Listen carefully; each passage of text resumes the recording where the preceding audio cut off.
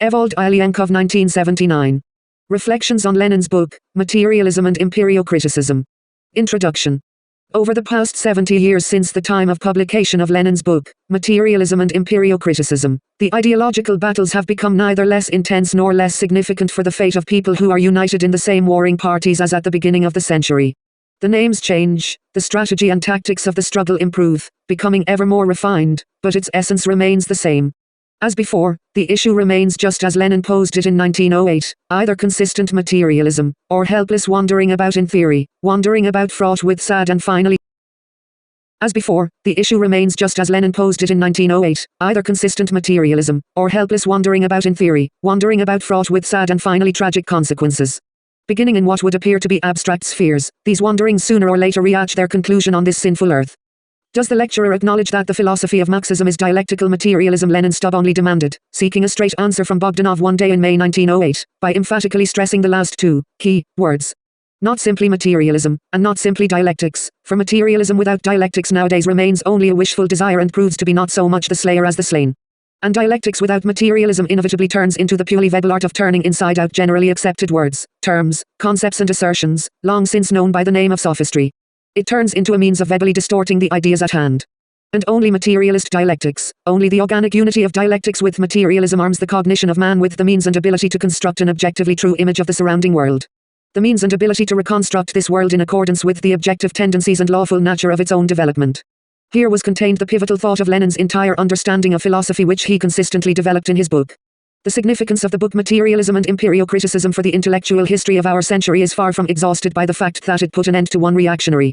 Written in 1979, philosophy and its pretensions to the role of the philosophy of contemporary natural science and of all contemporary science.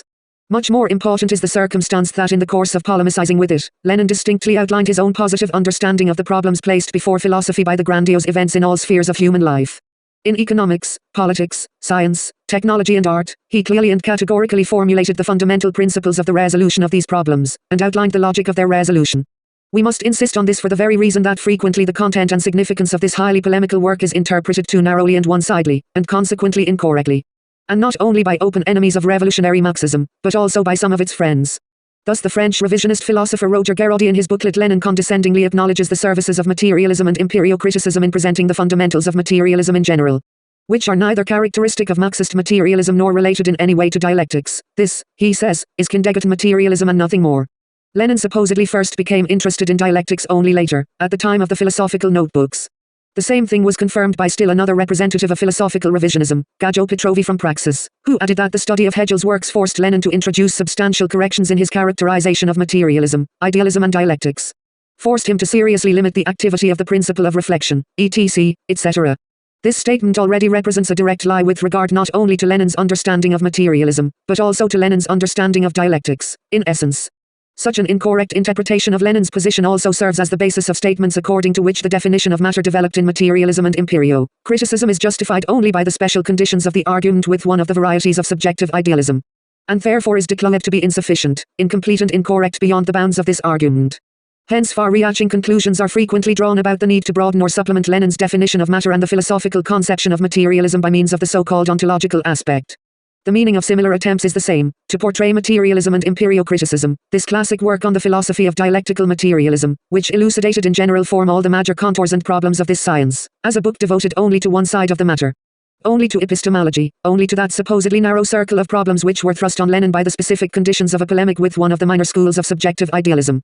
Explained in such a way, materialism and empirio-criticism is robbed of its general philosophical significance beyond the bounds of this special argument. The significance is lost of a book which completely exposes every kind of idealism, not only and exclusively subjective idealism. Reflections on Lenin's book. 3. All this and much else forces us once again to return to an analysis of Lenin's polemic with the empirio-critics in order better to understand the actual reasons behind its origin and hence its actual meaning. Its essence and significance for the ensuing history of the ideological and theoretical struggle in the ranks of Russian and international social democracy, we will better understand its significance for contemporary disagreements, arguments and ideological struggles, since only in such a broad context will the philosophical subtleties which are dealt with in the book become clear. Let us begin by recalling a few well-known historical facts.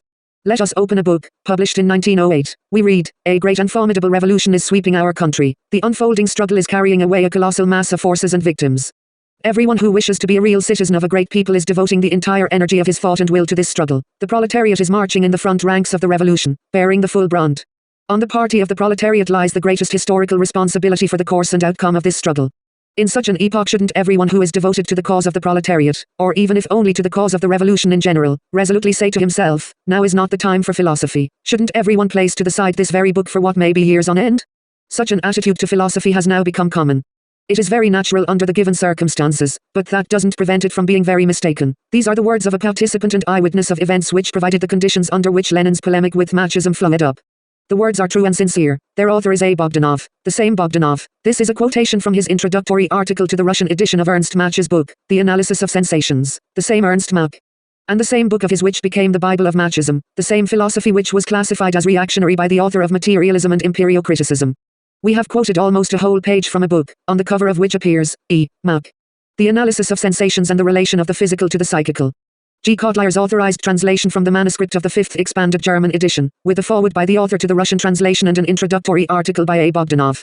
Second edition, publisher, S. Skemment, Moscow 1908, an edition, boosted by the name of a man who at this time was known as a comrade in arms of Lenin, as one of the fighters against the opportunism of the Mensheviks headed by Reflections on Lenin's book. 4.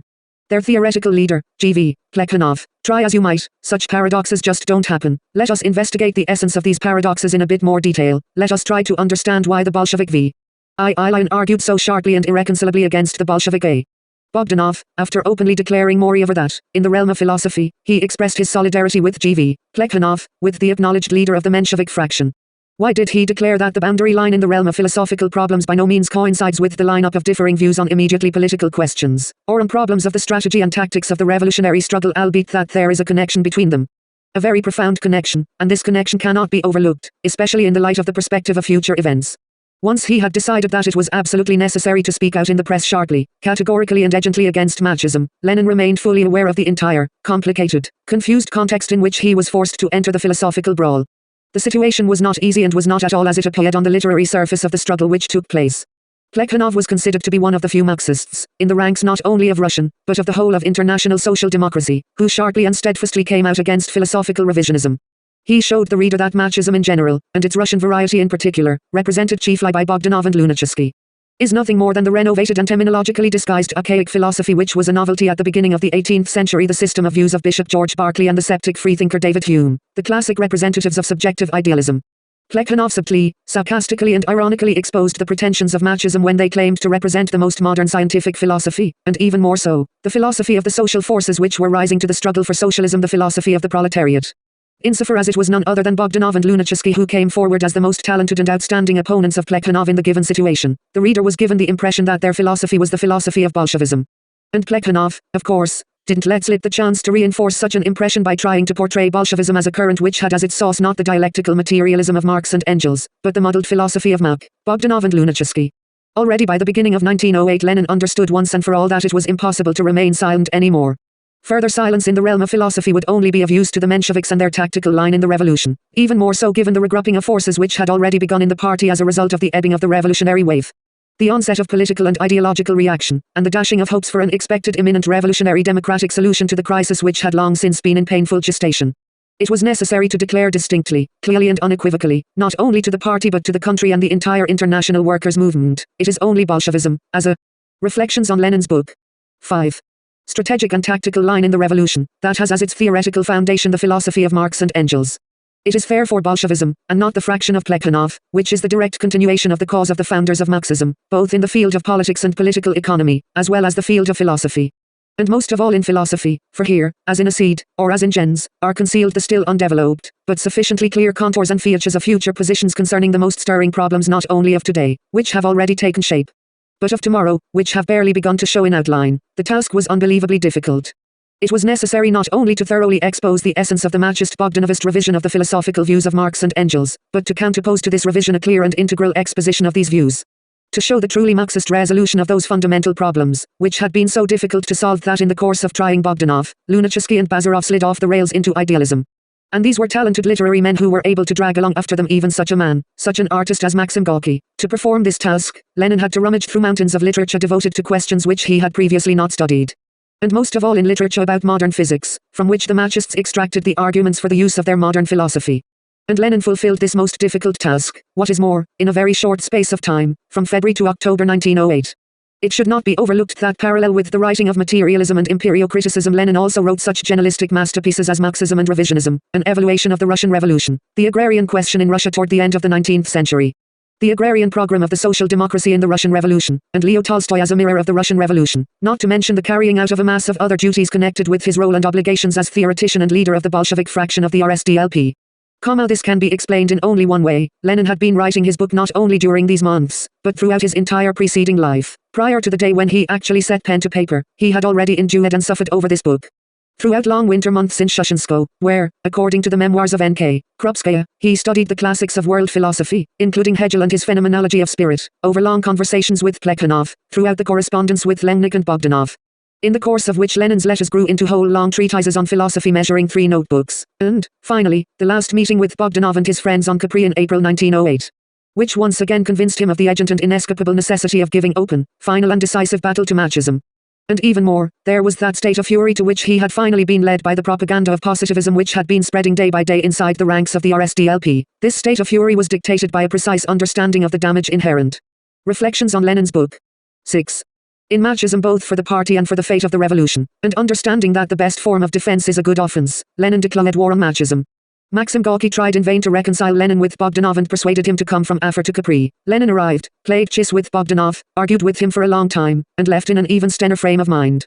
A reconciliation had not taken place, and the saddened Gorky waved his hands in puzzlement, unable to understand a thing, especially the intensity of Lenin's irreconcilability. Could this really be just because of a few philosophical terms? Substance, matter, complex of elements. But what's the matter with you, good gentlemen and comrades? Is it really possible to break off your friendship over this? And as for this God-seeking, after all, Anatoly Vasilievich is hardly building the old God, is he? Surely he understands it in the same manner that Benedict Spinoza did, as just a word. He isn't naming a church authority with this term. He is seeking and building a high moral ideal of the new man. He wants to ennoble the revolution with high moral values so that it won't commit unnecessary stupidities and acts of cruelty. And these terms, such as God, are clearer and closer to our Russian peasant and to the proletarian who comes from the peasantry. You can't expect him to read Spinoza. Of course that would be useful, but only when he's able. You're acting in vain, Vladimir Ilyich. And in a most inappropriate way. And indeed Lenin left Capri not only in an extremely troubled state of mind, but also filled with the resolve to settle accounts with the entire business once and for all, in his own way. Enough was enough. The time had passed for notebooks and discussions. There was nothing more harmful than excessive softness now. War was inevitable. This war would rapidly finish teaching those who had not yet made an investigation.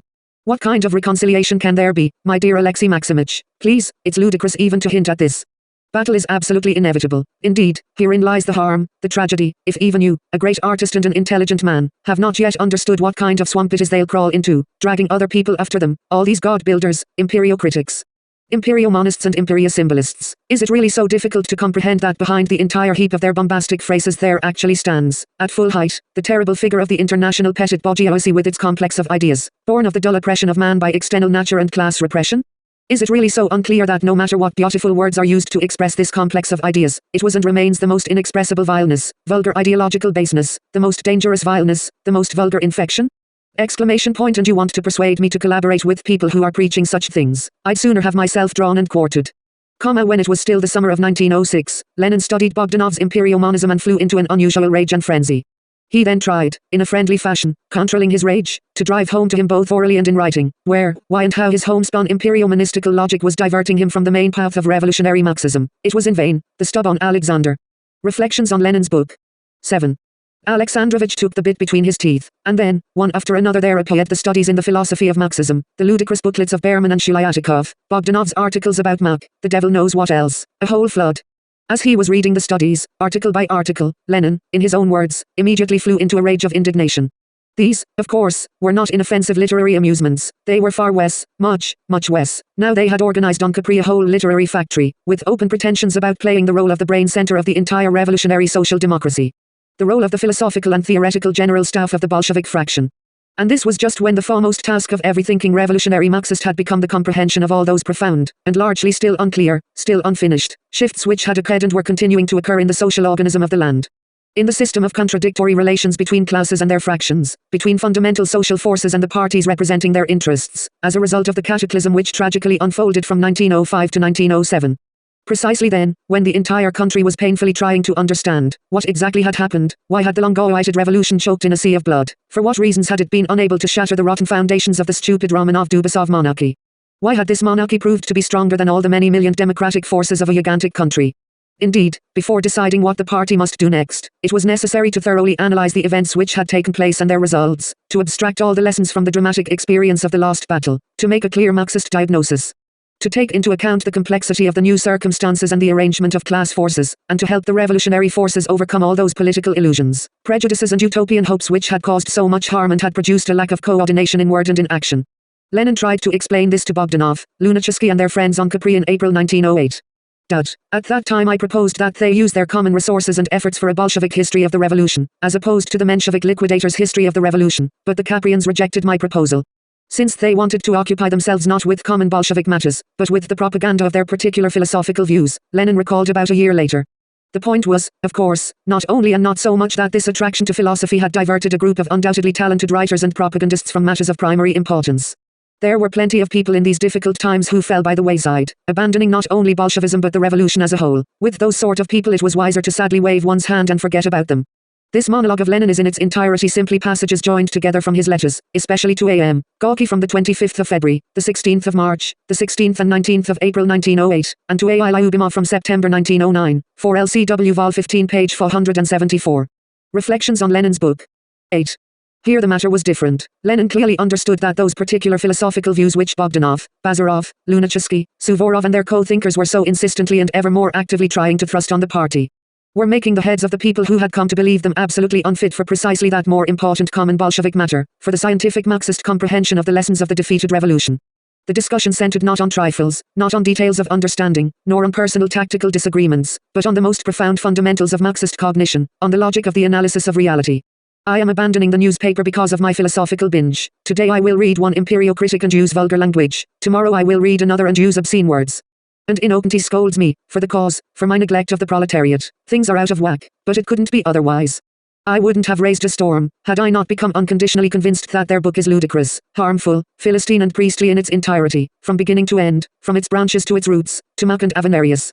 Plekhanov was completely correct against them in essence, only he wasn't able or he didn't want, or he was too lazy to say this concretely, in detail, simply, without unnecessarily cowing the public with philosophical subtleties. And whatever happens, I want to say this in my own way. Once he returned from Capri, Lenin plunged headlong into philosophy, pushing aside everything else, no matter how much more important they seemed. Never before have I neglected my newspaper so much. I read these wretched Machists for days on end, yet I write articles for the newspaper with incredible haste. This philosophical binge provoked bewilderment among many people, especially among those who made up Lenin's closest circle. Later, after Vladimir Ilyitch's death, M.N. Pokrovsky recalled, when the argument between Ilyich and Bogdanov on the question of Imperio-Monism began, we threw up our hands. The moment was critical. The revolution was receding. The question arose as to some kind of sharp change of tactics, and at this time Ilyich buried himself in the National Library, sat there for days on end, and as a result, wrote a philosophical book. When all was said and done, Ilyich proved to be right. In what way and why did he prove to be right? What was not understood, and why, not only by Bogdanov, Lunacharsky and Bazarov, but by all of that times acknowledged. 5 LCW Vol 34 page 387, 6 IBID, page 151, LCW Vol 34 page 388, 7 IBID, page 154, 8 Under the Banner of Marxism, 1924, number 2, page 69, LCW Vol 34 page 391. Reflections on Lenin's book. 9. Theoreticians in the Social Democracy, headed by Kautsky, this is what we will try to investigate, trying as well not to intimidate the reader with philosophical subtleties. Subtleties become clear when the main, decisive and determining features are clear. What is this mystical Imperio-Monism, which provoked such a furious reaction in Lenin? What was the argument actually about? Reflections on Lenin's book. 10. 1. Marxism against Machism as the philosophy of lifeless reaction. If we proceed from that oversimplified conception, that Lenin was simply defending the general truths of every type of materialism, i.e. the thesis according to which outside our head, outside our brain, outside our consciousness there exists a real world of natural and socio-historical phenomena, events, and everything that in philosophical language is called matter, the sun, stars, mountains, rivers, cities, factories, statues, tables, chairs, etc., etc., then the sharpness of the disagreements which arose between Lenin and Plekhanov, on the one side, and Bogdanov, Lunacharsky, Yushkovich and other Machists on the other side, would indeed remain strange and inexplicable. That outside and independent of our head there exists a real world of things which we sensuously perceive, of objects and phenomena which we see, touch, hear and smell, and which are linked together into a certain enormous whole. Does this really need special proof? Doesn't every sensible man who is in a sober state think exactly that? Doesn't he understand that his individual I with its consciousness was not only born at some point, but that sooner or later it will disappear, while the earth and the sun, the cities and villages, the children and grandchildren living under the sun will remain, although they too, in their own time, will give way to other suns and stars, to other people or beings who resemble people? Could it really be that A. Bogdanov didn't understand this? Could it be that this was not understood by the professor of physics, Ernst Mach, whose name is immortalized in the units of velocity now known to every pilot of a jetliner?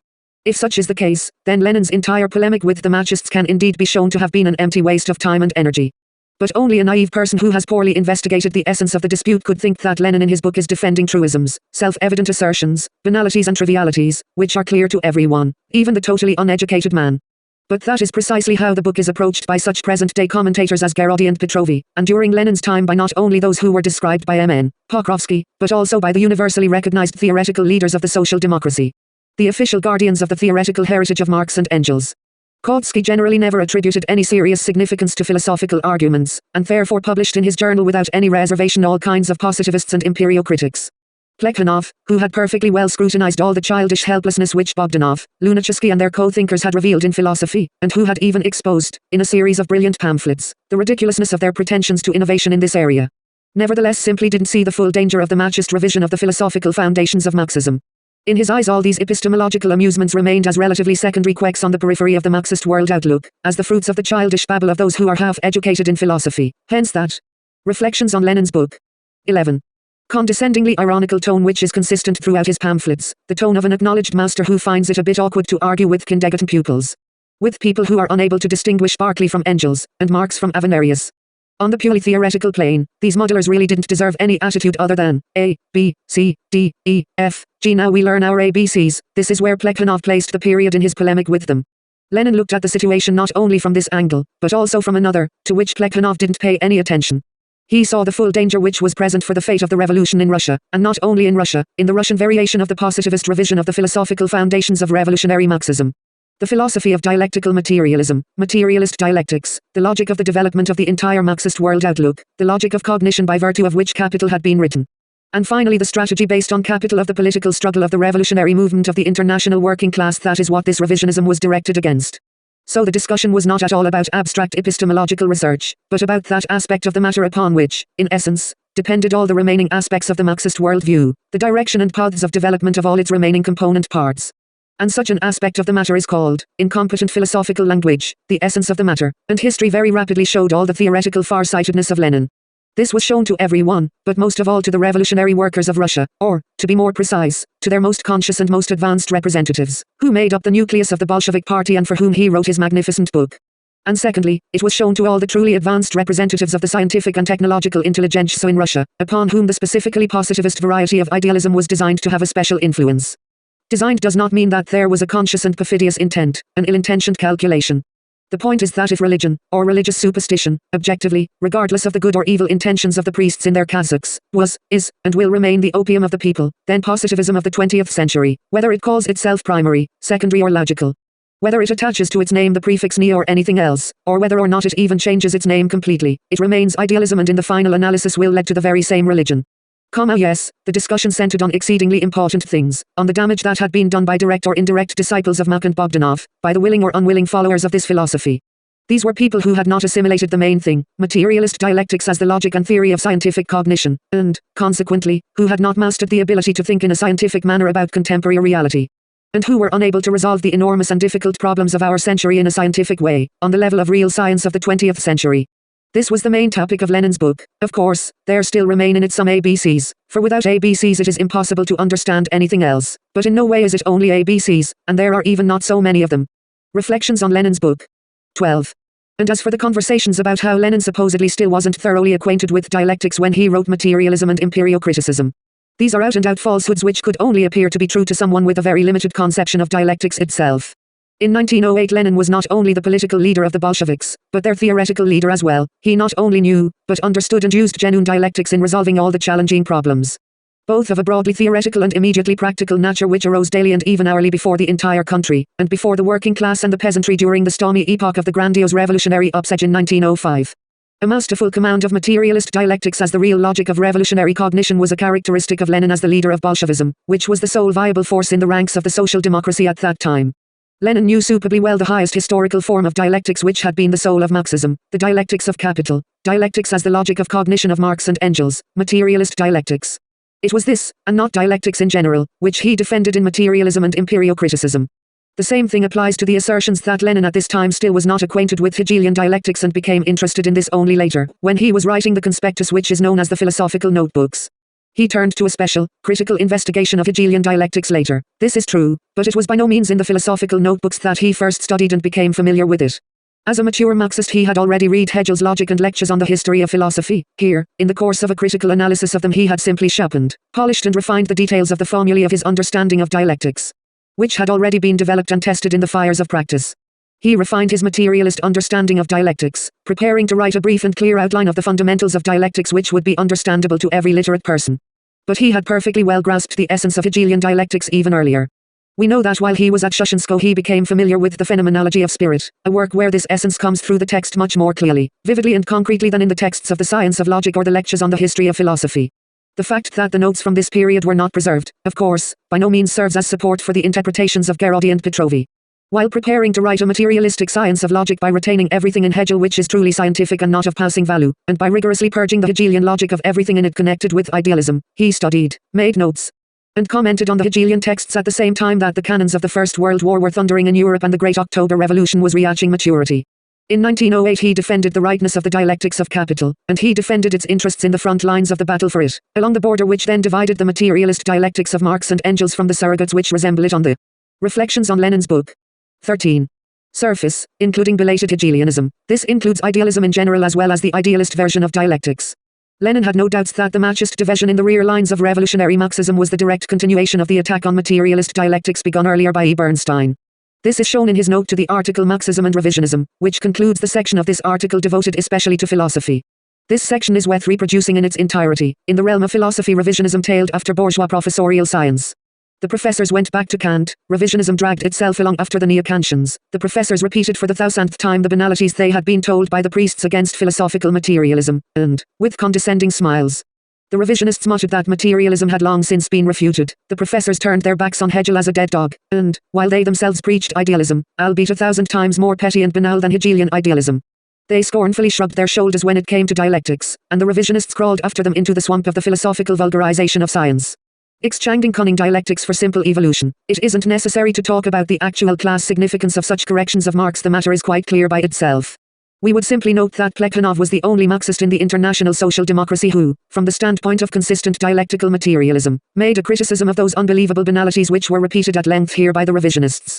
It is all the more necessary to stress this firmly because nowadays, profoundly mistaken attempts are being made to bring forward the old and reactionary philosophical rubbish under the flag of criticizing Plekhanov's tactical opportunism.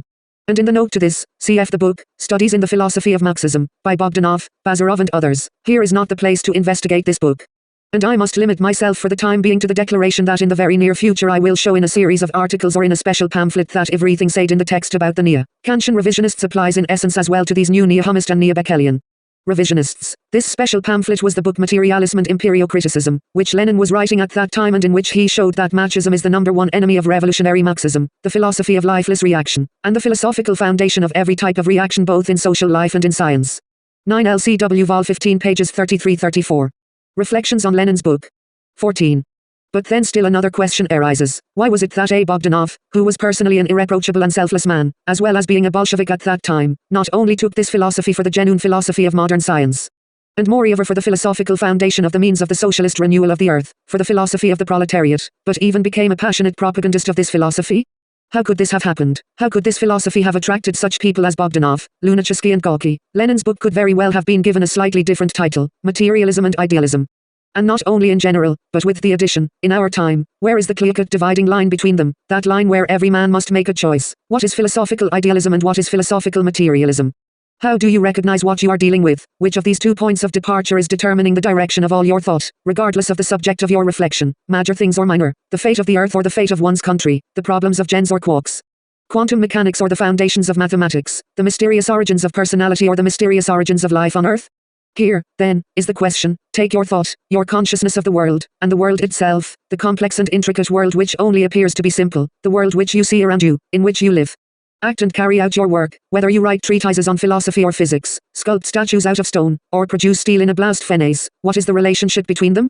Here there is a parting of the ways, and the difference lies in whether you chose the right path or the left, for there is no middle here. The middle path contains within itself the very same divergences, only they branch out within it in ever more minute and discrete proportions.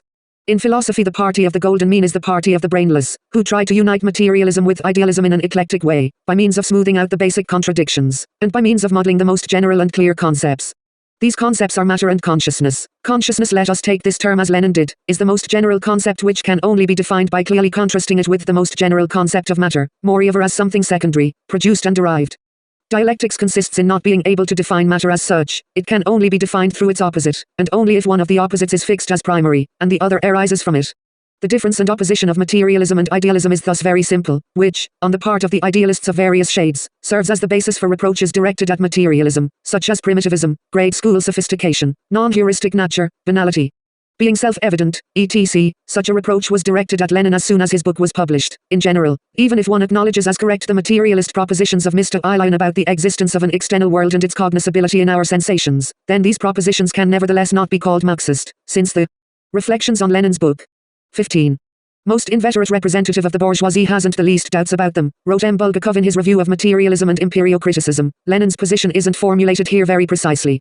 It doesn't consist in the simple acknowledgement of the existence of an external world and its cognoscibility in our sensations, but in something else. For materialism, matter, the objective reality given to us in sensation, is the basis of the theory of knowledge.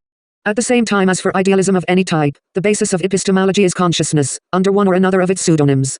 The question about the relationship of matter to consciousness is complicated by the fact that social consciousness from the very beginning precedes individual consciousness as something already given and existing before, outside, and independent of individual consciousness, just as matter does, and even more than that.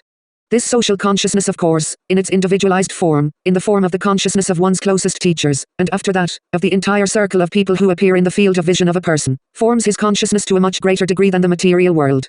But social consciousness, according to Marx, is not primary, but secondary, derived from social being. That is the system of material and economic relations between people. It is also not true that the world is cognized in our sensations. In sensations the external world is only given to us, just as it is given to a dog. It is cognized not in sensations, but in the activity of thought, the science of which is, after all, according to Lenin, the theory of knowledge of contemporary materialism. Logic as the philosophical theory of cognition is defined by Lenin, following after Marx and Engels, as the science of those universal laws, to which the development of the entire aggregate knowledge of mankind is objectively subordinated. These laws are understood as the objective laws of development of the material world, of both the natural and socio-historical world, of objective reality in general. They are reflected in the consciousness of mankind and verified by thousands of years of human practice. Therefore logic as a science borders on and tends to coincide with development theory, but not in its readily given form. Logic, however, according to Bogdanov, is the collection of devices, means, methods and rules, to which the thinking of each individual is consciously subordinated, while being fully self-aware. At its base lie all those old principles of formal logic which are taught in school, the law of identity, the denial of contradiction, and the law of the excluded middle. What is after all thought? To this question, philosophy mainly since times immemorial has searched an answer. Reflections on Lenin's book 16. If thought is only speech without sound, as Bogdanov suggests, mute speech or the process of development of language systems, then positivism is correct. And here lies the path to idealism. Another line of thought proceeds from Spinoza. He understands thinking to be an inherent capability, characteristic not of all bodies, but only of thinking material bodies.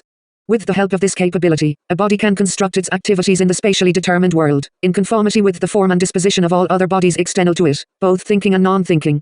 Spinoza therefore includes thinking among the categories of the attributes of substance, such as extension. In this form it is, according to Spinoza, characteristic also of animals. For him even an animal possesses a soul, and this view distinguishes Spinoza from Descartes, who considered that an animal is simply an automaton, a very complex machine. Thought arises within and during the process of material action as one of its features, one of its aspects, and only later is divided into a special activity, finding sign form only in man. A completely different picture arises when, proceeding from individual experience, it is precisely the verbally formed world which is taken as the starting point in the theory of knowledge. It is all the more easy to yield to such an illusion, since in individual experience, words are in actual fact just as much given to sensual contemplation as are the sun, rivers and mountains, statues and paintings, etc. etc. Here are the roots of idealism in its sign-symbolic variation. If one proceeds from individual experience, making it the point of departure and basis of the theory of knowledge, then idealism is inevitable. But it is also inevitable if one relies on collective experience, if the latter is interpreted as something independent of being, as something existing independently, as something primary. Thus it turns out that the question of the relationship between consciousness and matter is by no means as trivial as several of Lenin's critics have tried to show. Of course this is true only when the basic question of philosophy is understood in its actual content, and not as a question of the relationship of consciousness to the brain. It is an indisputable fact that such a wording of the basic question of philosophy has frequently arisen in the past and occurs in the present. Meanwhile it is by no means the relationship of consciousness to the brain which is discussed by both Engels and Lenin, but the relationship of consciousness to nature, to the external world, to objective reality which is given to us in sensation. The question about the relationship of consciousness to the brain is a question which is resolved scientifically and with full concreteness not at all by philosophy, but only by the joint efforts of psychology and the physiology of the brain. And it is by no means this question which has divided philosophers into materialists and idealists. That man thinks precisely with the help of the brain, and not the liver, was equally clear to Feuerbach, Hegel, Fichte, Spinoza, Descartes, Aristotle and Plato. Descartes even indicated the exact place in the brain where consciousness is located, the conical gland, and Fichte investigated in the most assiduous manner the peculiarities of the human body, thanks to which it became an organ of consciousness and will. Reflections on Lenin's book. 17. None of the classical idealists had any doubts that man thinks with the aid of the brain, and not any other part of the body, therefore, they had no such problem, no such question. It was only with the Machists that such a question arose and even turned into an insoluble problem for their philosophy. Thus when Lenin demands a straight answer from the Machists to the question, does man think with the help of the brain? Then this question is purely rhetorical. It is the equivalent to driving a person into the corner by forcing him to answer directly, do you agree that you walk with the aid of your legs and not your ears? If the answer is yes, then, all the unintelligible constructions of the Machists collapse. If you insist on defending them, you are forced to say no, that is to express an absurdity which is obvious to everyone. For it was not the relationship of consciousness to the brain, but the relationship of consciousness to the external world which made up the question around which the Machists themselves began to quarrel. The relationship of consciousness to the brain is also a very important question, but it is resolved by concrete neuropsychological research, by psychophysiology. Lenin states, everything that occurs within the human body, inside the brain, nervous system and sense organs, is the monopoly of natural scientists. But it sometimes begins to occur to them that the resolution of the question about the relationship of consciousness to the brain and to the human body as a whole is also the resolution of the basic question of philosophy. The question about the relationship of all consciousness to the entire external world. It is philosophy which investigates this question. In philosophy discussion is, was and shall be precisely about the relationship of consciousness to the material, objective world of natural and socio-historical phenomena, existing outside the thinking brain. This is the very question which will be answered by no variety of psychophysiology, no matter how refined it is, for the simple reason that it has never studied this question. In addition, in philosophy the discussion by no means centers exclusively on the relationship of individual consciousness to all the rest, but chiefly on the relationship of social consciousness in general to the world outside it. The whole infinite totality of things, events, and processes which exist in nature and history is called in philosophy objective reality or, more succinctly, matter, the material world. This material world is counterposed equally to the individual thinking brain and to the collective thinking brain of mankind, that is to thinking in general, to consciousness in general, to the psyche in general, and to the spirit in general.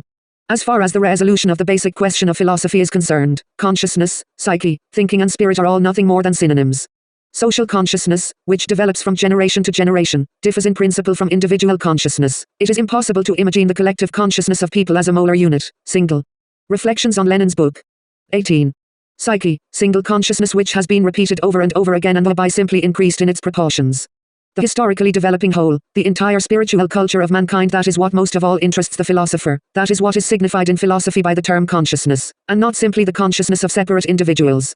Spiritual culture is formed by a multitude of dialectically contradictory interactions between them. From similar individual psyches there can develop as a result too, not only different, but directly contradictory psychical formations. This circumstance was already perfectly well understood by Hegel, although he expressed it in his own way. The collective psyche of people, developing from century to century the psyche of mankind, the consciousness of mankind, the thinking of mankind, appears with Hegel under the pseudonym of the Absolute Spirit. And the separate psyche is called the soul. This he interprets as a particle of the spirit. The nomenclature which was accepted in his era contains a great deal of truth within it. But grandiose illusions are connected with it as well. The collective psyche of mankind, which has already been developing for thousands of years, is actually primary in relation to every separate psychic molecule, to every individual consciousness. An individual soul is born and dies, but the aggregate total, spirit of mankind lives and has been developing for thousands of years already, giving birth to ever newer and newer separate souls and once again swallowing them up, but by preserving them in the makeup of spiritual culture, in the makeup of the spirit. In the makeup of today's living spirit live the souls of Socrates, Newton, Mozart and Raphael. Herein lies the meaning and essence of Hegel's dialectical interpretation of the immortality of the spirit, notwithstanding the mortality of the soul. One comes into being through the other, through its opposite. With all that, Hegel always remains inside the sphere of the spirit, within the bounds of the relationship of the soul to the spirit. All that lies outside this sphere and exists completely separate from it. The material world in general interests him just as little as it interests Mach or any other idealist. But his idealism is much more intelligent, much broader, and for that reason much more dialectical, than the petty, vulgar and narrow idealism of Mach. For he is concerned with consciousness in its actual dimensions, while Mach is only concerned with individual consciousness. Mach doesn't even think about social consciousness. Therefore, the question of science, what it is, where it comes from and why, according to what laws it develops, generally lies outside his field of vision, as do politics, law, art and morality. Mach never studied the laws of development of these universal forms of consciousness. In philosophy he is interested only in the relationship of individual consciousness to the brain and sense organs. Therefore he invariably appeals exclusively to the psychic experience of the separate individual, hence the illusory persuasiveness of his arguments. It goes without saying that the actual thinking of a physicist or anyone else, especially a great scientist, and the understanding which he has about this cognition, differ essentially from each other. Thus it turns out that the thinking of the very same Mach, in the form as it Reflections on Lenin's book 19 actually comes into being, by no means resembles the description of this thinking by Mach the philosopher, with his pretensions about creating a general theory of consciousness. Lenin, therefore, had good reason to call Mach a great scholar in the realm of physics, a petty and reactionary philosopher, that is a pseudo-specialist in the area which investigates consciousness and the laws of its origin and development. If Mach had adopted the same positions in his own field as he had in epistemology, he would have been obliged in that case to look condescendingly upon Newton, Faraday and Maxwell, just as he looked down upon Hegel, Marx and Engels in the field of epistemology. And in physics he would have to have based himself only on personal experience, taken by him as the standard of the experience of every physicist, and not on the history and experience of physics as a science. Lenin proves all this. To think well in his own narrow field, in physics, still doesn't mean that one also thinks well in the realm of the science of thought, consciousness and the psyche.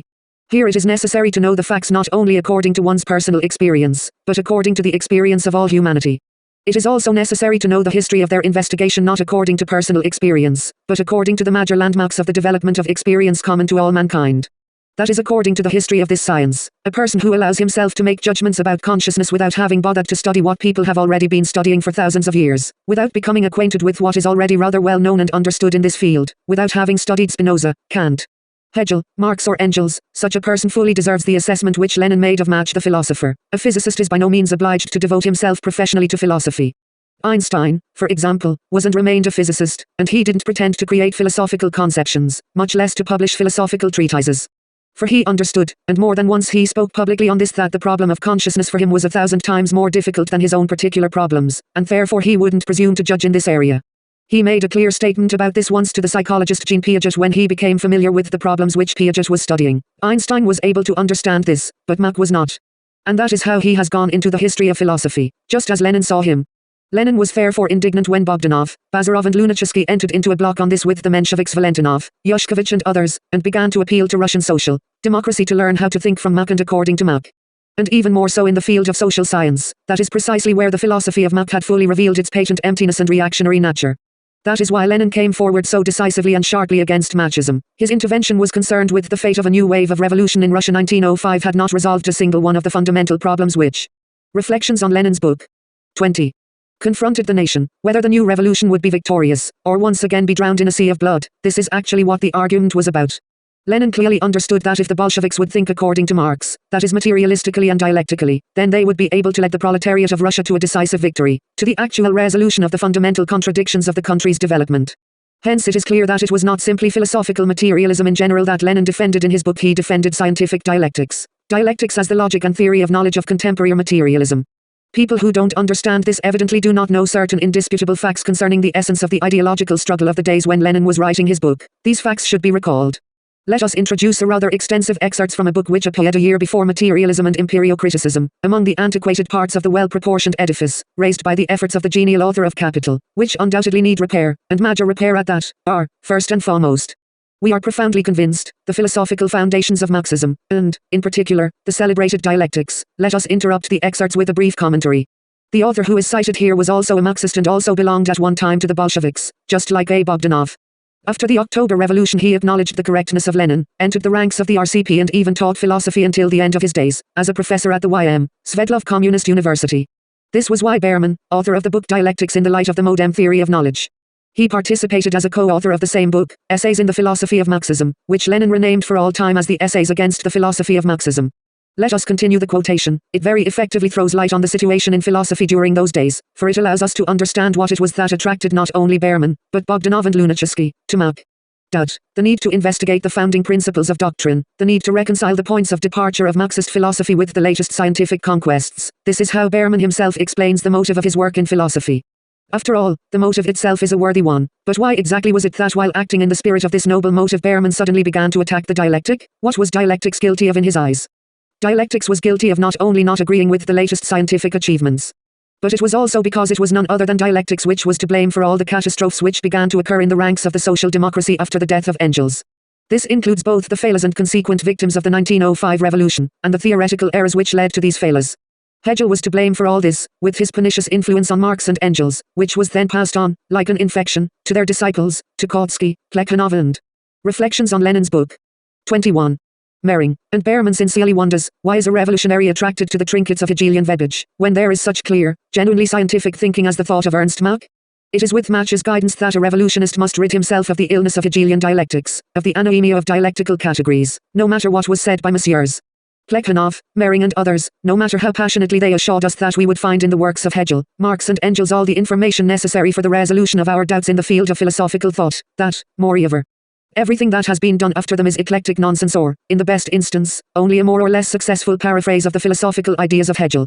We cannot and should not cut ourselves off with a Chinese wall from all the attempts to illuminate the basic problems of thought in a way other than Marx and Engels had done. In the field of scientific thinking we must equal the method of thinking which Ernst Mach uses in his field and explains in a popular way. Such was the conclusion and sincere conviction not only of Berman, but Bogdanov and Lunacharsky. The philosophy of Mach expresses the most progressive tendencies in one of the two basic areas of scientific cognition in the field of the natural sciences. The philosophy of Mach is the philosophy of contemporary natural science, writes A. Bogdanov in his introductory article to the book, The Analysis of Sensations, by E. Mach. The Mensheviks come to the same conclusion, despite the opinion of their leader Plekhanov who was also infected by the antiquated Hegelianism. Therefore, in the realm of philosophy it was expedient to immediately form a pact with them. It was both possible and necessary to write a collective work on the philosophy of Marxism with them, with Valentinov, Yushkovich and others.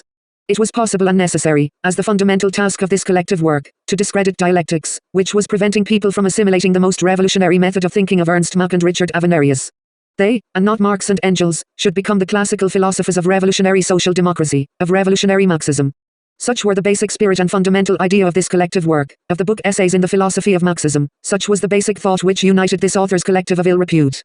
For Bogdanov, Berman and Lunacharsky, the objective reality of the external world was a matter of little consequence, little interest, and little importance. In any case, in the interests of the social democracy and contemporary science, it was generally possible to pay no attention to it, to brush it aside. Was the discussion really about objective reality? Could the argument really be about whether or not the sun and stars actually exist? The argument centered on a much more important question, about which method of thinking revolutionary democracy in Russia would henceforth profess, the method of the Marxists, derived from the Hegelian, or the scientific method, derived from Mach. And as to whether the sun and stars actually exist, and even more so, just as we see them, as shining dots on the black dome of the sky, in the final analysis what difference does it make? We can even agree that the stars, as we see them, are simply complexes of our visual. 10 Berman, Why? Dialectics in the Light of the Modern Theory of Knowledge, pages 5-6. Reflections on Lenin's Book. 22. Sensations, projected by our imagination on a screen of celestial space. It makes no difference whatsoever, we will see them just as before, but then we would at last be thinking about them scientifically. And not only about them, that is, in natural science, but also in the field of the social sciences, political economy, law and politics. Such was the logic which led the Russian Empirio-critics Bogdanov, Bazarov, Lunacharsky and Berman, along with Valentinov and Yushkovich to the positions which they outlined as a joint philosophical platform in the Essays in the Philosophy of Marxism. And all this was under conditions when the issue of particular importance was a clear and distinct orientation of theoretical thinking, which is given by the materialist dialectics of Marx and Engels. Lenin was able to use it, understanding perfectly well that the one scientific, dialectical logic of theoretical thought demands first of all an absolutely precise and strict analysis of the contradictions which had matched in Russia, in all their objectivity, and then the working out of the most skillful means of their resolution, means which are absolutely concrete. But Mach and the Machists taught people to look upon all contradictions as simply a state of discomfort and conflict within the organism, as a purely subjective state which the organism wants to escape from as soon as possible, in order to find physical and spiritual equilibrium. Could it have been possible to invent something more counterposed to Marxist dialectics and more hostile to it than such an understanding of contradiction? But this was precisely the understanding taught not only by Mach and Avenarius, but by Bogdanov and Berman. Here is how Berman explained the problem of contradiction.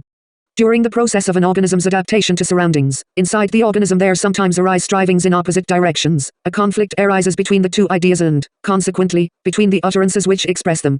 According to Behrman, contradiction is a situation in which speech collides against speech, the spoken word against spoken word, and nothing else. This situation occurs only in speech, and any other understanding of contradiction is, he says, anthropomorphism of the purest water, or the ontologization of a strictly linguistic phenomenon. Undoubtedly, writes Behrman, identity, contradiction, and negation designate nothing more than processes taking place solely in the realms of ideas, abstractions and thinking. But by no means in things, the relationship of conflict between two psychophysiological states of the organism, expressed in speech, this is what contradiction is for Behrman, and this is the general position of all Machists. They found completely unacceptable the position of materialist dialectics about the objectivity of contradiction, as the identity of opposites, or as the meeting point of extremes in which these opposites pass into each other. All these elements of Marxist logic appeared to them to be the pernicious verbal garbage of Hegelianism, and nothing more. The logic of contemporary scientific thinking had to be thoroughly cleansed of any similar verbal garbage, which first of all required that they prove the 11 Behrman, opposite pages 135-136. Reflections on Lenin's book. 23.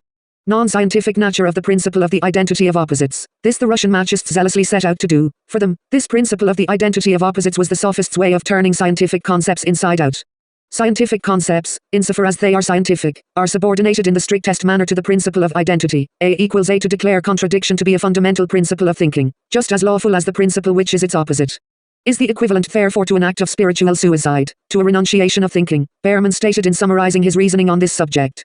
Such is the orientation of the Machists, to forbid the comprehension of objective contradictions, and this ban, in the name of modern science, was imposed on thinking at precisely the moment when such comprehension was particularly necessary. Materialist dialectics orientated scientific thinking toward a concrete analysis of the country's class contradictions in all their objectivity. But the Machist understanding of scientific thinking in actual fact, even if despite the will of some of its adherents, led to a renunciation of the comprehension of these contradictions. This was the inevitable consequence of the sharply negative attitude of the Machists toward dialectics, but in order to ground their particular understanding of thinking, they needed a corresponding philosophical base. Materialism, and the dialectic indissolubly connected with it, didn't suit them at all. As the basis for their scientific method they had to introduce something else, Empirio-Criticism. Science, according to this philosophy, is a system of pronouncements combining into one non-contradictory complex of elements of our experience and sensation. The non-contradictory complex of symbols, bound together in accord with the requirements and prohibitions of formal logic. These requirements and prohibitions, in the opinion of the Machists, reflect nothing in objective reality. They quite simply are the requirements and norms of working with symbols, and logic is the accumulation of the methods of this work. Logic, therefore, is a science which reflects nothing in objective reality, but which simply gives a sum of rules regulating the work with symbols of any type. Work with symbols. In the name of what? What end does this work pursue? Where do its norms come from? The Machists also have a ready answer to this. If the norms of law have as their goal the upholding and preservation of a given socio-economic structure, then the norms of thought must have as their final goal the adaptation of the organism to its surroundings. From the requirements of the organism the Machists derive their understanding of thought. From the need of equilibrium, from the supposedly innate need to eliminate all contradictions of any type. Of course, thinking which is absolutely free from contradictions is only an ideal to which we must come as close as possible, but the fact that we have been very far from this, both in Behrman, opposite page 164, 13 Behrman, opposite page 137. Reflections on Lenin's book. 24. Past thought as well as in the present, by no means signifies that we should turn away from the struggle with contradiction. Thinking, as well as all the other psychical functions of man, is directly explained here as an activity directed toward the preservation of equilibrium as the imminent goal located in the organism of every individual. Every organism is a dynamic system of physico-chemical processes, that is a system in which the separate processes support each other in a state of equilibrium. Equilibrium, understood as the absence of any states of conflict whatsoever within the organism, proves here to be the supreme principle of thinking, of logic as a system of rules, the observance of which guarantees the achievement of this goal. The goal is to reach a state where the organism feels no needs whatsoever, but exists in a steady state of rest and immobility. It is easy to see how unfit for the thinking of a revolutionist the logic is which is derived from such an understanding of thought. This logic made any mind which was subordinated to it absolutely blind with regard to the contradictions of reality standing before it, blind to the contradictions of the most realistic facts in the sphere of material relations between classes. This logic blinded the mind with regard to the very essence of the revolutionary crisis which had matched in the land, in the system of relations between people. The materialist dialectic of Marx directed the thinking of the revolutionist toward an analysis of these contradictory relations. The idealist metaphysics of Mach turned his attention away from such an analysis. Lenin clearly saw that a revolutionist who had adopted such a logic of thought would inevitably be transformed from a revolutionist into some kind of capricious creature ignoring the real contradictions of life and trying to foist his own arbitrary will upon it. He therefore began to explain to Bogdanov, Lunacharsky and all their co-thinkers the nature of the philosophy to which they had fallen prisoner, and the terrible nature of the infection which had entered their brains. He had to explain this not only to them, but to the whole party and to all those worker revolutionists who had been imprudent enough to believe the scientific authority of Bogdanov, Bazarov, Berman and Lunacharsky. He had to decisively rescue them from this pestilence, impede the further dissemination of the Machist infection and at the same time cut short the Menshevik slander that Machism had been adopted by the Bolsheviks as their philosophical ideology, that Machism was the logic of Bolshevism, and consequently the root of its departure from the traditions of the Second International and the source of its break with Plekhanov. Lenin declared firmly and clearly, the philosophical banner of Bolshevism was and remains materialist dialectics, the dialectics of Marx and Engels. Mach's scheme of thinking is the scheme of thinking of an empiricist in principle who is trying to turn the peculiarities of an historically limited mode of thinking into a 14 Ibid, page 165, 15 Ibid, page 97. Reflections on Lenin's book. 25. Universal definition of thinking in general. This scheme corresponds as much as possible to the frame of mind of the petty bourgeois Philistine who is alarmed by the revolution and concerned with one thing, how to preserve the equilibrium inside his little universe or how to restore this equilibrium if it has been upset. How to restore his lost comfort, both material and spiritual, by eliminating from it all the contradictory elements, by any means and at any price. It is a catastrophe if the scheme of this thinking penetrates the mind of a revolutionist and begins to be his guide. The Philistine who has finally lost his equilibrium then becomes transformed into an enriched petty bourgeois, into a pseudo-left, while the revolutionist who has become like him turns into the leader of such lefts. Or, having lost his balance, he begins to look for a way out not in our revolutionary frenzy, but in the quiet lunacy of religious seekings, in the search for a kind little God. Bogdanov, for instance, was a man of indomitable revolutionary will, which was both unbending and irreconcilable, but this energy was always looking for an outlet which was a bit more direct and straightforward. He never wanted to recognize any debtors to his goal, and he wasn't able to seek them out. Once he had seen in Mach's schemes of thinking the philosophical confirmation of the correctness of these positions, he began to think and act in their spirit in an ever more convinced and consistent way. And this rapidly led him away from Lenin, from Bolshevism, and from the conscious acceptance of materialist dialectics. Another pole within Russian Machism was Lunacharsky. This highly educated intellectual and humanist possessed a character that was much softer than Bogdanov's. He had a much less iron-like will. He was much more inclined to making declamations on a moral ethical plane, or to constructing ideals, and he found in Machism the philosophical justification of precisely this weakness. He ardently began to seek and build an earthly revolutionary equivalent to God, but the searches for a God on this earth were no more fruitful than the searches for him in heaven, and Lenin tried to explain this. Mother History, who is the true mother of philosophical, political and all other ideas, confirmed the correctness of Lenin and showed the incorrectness of his opponents, and she continues her confirmation. History, as Hegel often used to say, is a truly terrifying judge, a judge who in the final analysis makes no mistakes, as opposed to many other judges and courts of law. But here she has already passed her sentence, which is final and subject to no appeal. Lenin proved to be correct, and Bogdanov, Bazarov, Lunacharsky, and Berman were incorrect. After Lenin's book, no one among the Bolshevik ranks dared to openly declare and defend his Machist frame of mind. There were, it is true, those who sympathized with Mach and Bogdanov, but now they had to do this in silence. And Bogdanov, who wasn't able or willing to investigate theoretically the interconnections of the material contradictions within the country, finally became muddled in politics as well. When he had finally become convinced that he was helpless in politics, Bogdanov devoted himself to that which he understood, to biology, medicine, and the life of a physician. Reflections on Lenin's book. 26. Died in 1928 while conducting a risky medical experiment with his own blood. A long obituary was published about him along with his portrait in the journal under the banner of Marxism, treating him as a hero of medicine and as a man of crystalline purity. But his disciples who accepted his views as genuine scientific philosophy turned to experiments far from the medical field. These were the vagaries of the prolet cult in art. These were the risky experiments in the country's economics during the 1920s, which were based on the mechanical theory of equilibrium, directly descended from Avenarius and Mach. Lenin, of course, did not and could not foresee all this in all its concreteness at that time, but he clearly saw that great misfortunes were concealed in Machism for revolutionaries and for the revolution itself. The objection can be made, isn't this somewhat of an idealist overestimation of the strength and power of philosophy in general, and not only the philosophy of Mach? Of course, the thinking of people is formed first of all not by teachers and philosophers, but by the real conditions of their lives. As Fichte said, the kind of philosophy you choose depends upon the type of person you are. Everyone is attracted to a philosophy which corresponds to the already formed image of his own thinking. He finds in it a mirror which fully presents everything that earlier existed in the form of a vague tendency, an indistinctly expressed illusion. A philosophical system arms the thinking of the individual with self-consciousness, that is with a critical look at on a self as if it were from the side, or from the point of view of the experience common to all mankind, of the experience of the history of thinking. Within the bounds of the experience which Bogdanov and his co-thinkers possessed, no room could be found for a subject such as a country which was involved in the process of capitalist development, in a process which had deposited its own, new and specific contradictions of development on the old, well-known and still unresolved contradictions of before. The mind which had been formed on an analysis of particular scientific and technical problems, and which had been directed toward the resolution of these problems, gave up and was lost before the picture that was so complex, extremely differentiated, and yet unified. In particular, this was patently revealed when the problem on the agenda was the drawing of the lessons from the defeat of the revolution of 1905 to 1907.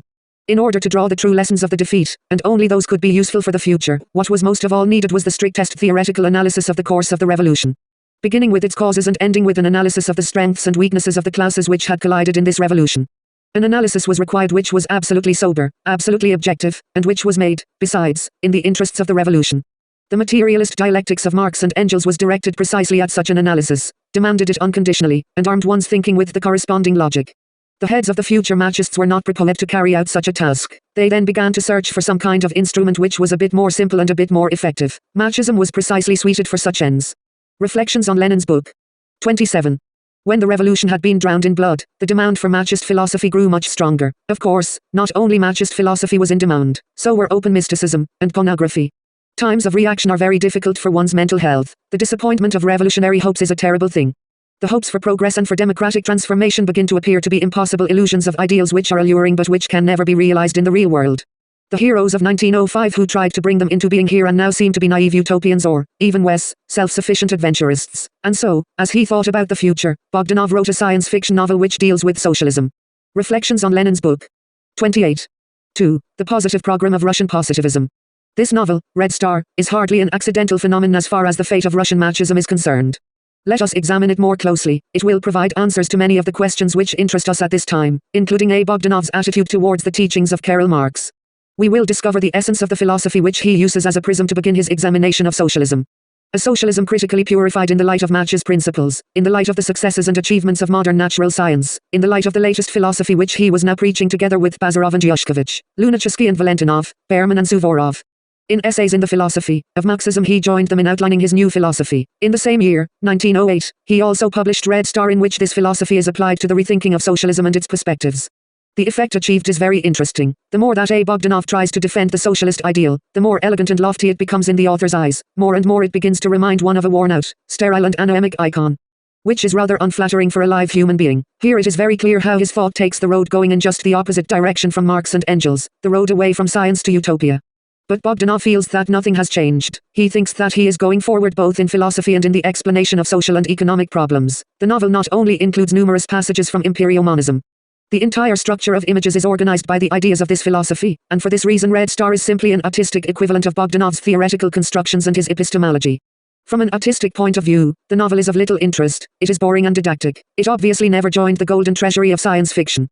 But it helps us to understand much in Bogdanov's philosophy, in its real, earthly equivalence. The novel as a whole is a long and popular exposition of Mach's interpretation of the teaching of Marx.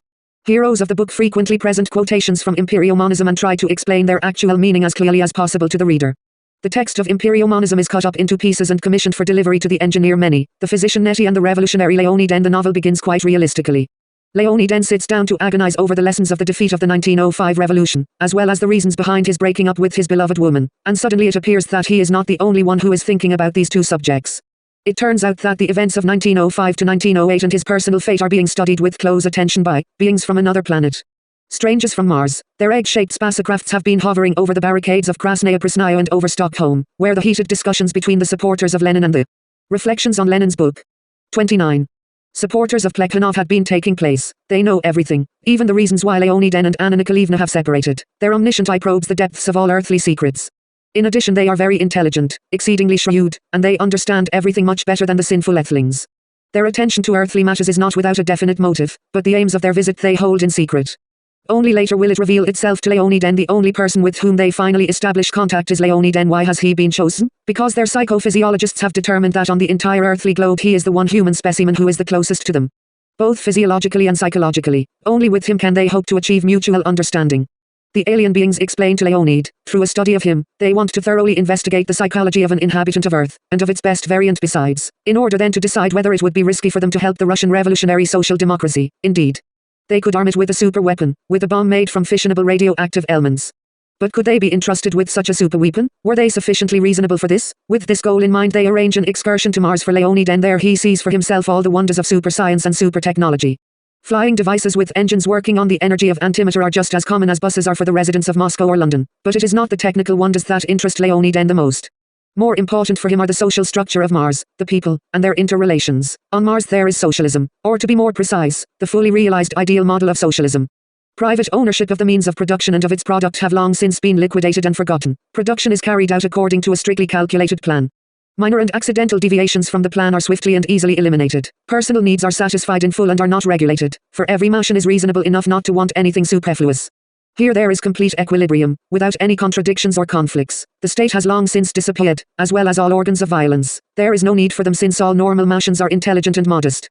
Of course, there are exceptions, but only among uneducated children and abnormal people. They are easily dealt with by physicians and teachers, who are authorized to use force that is also not regulated in any way.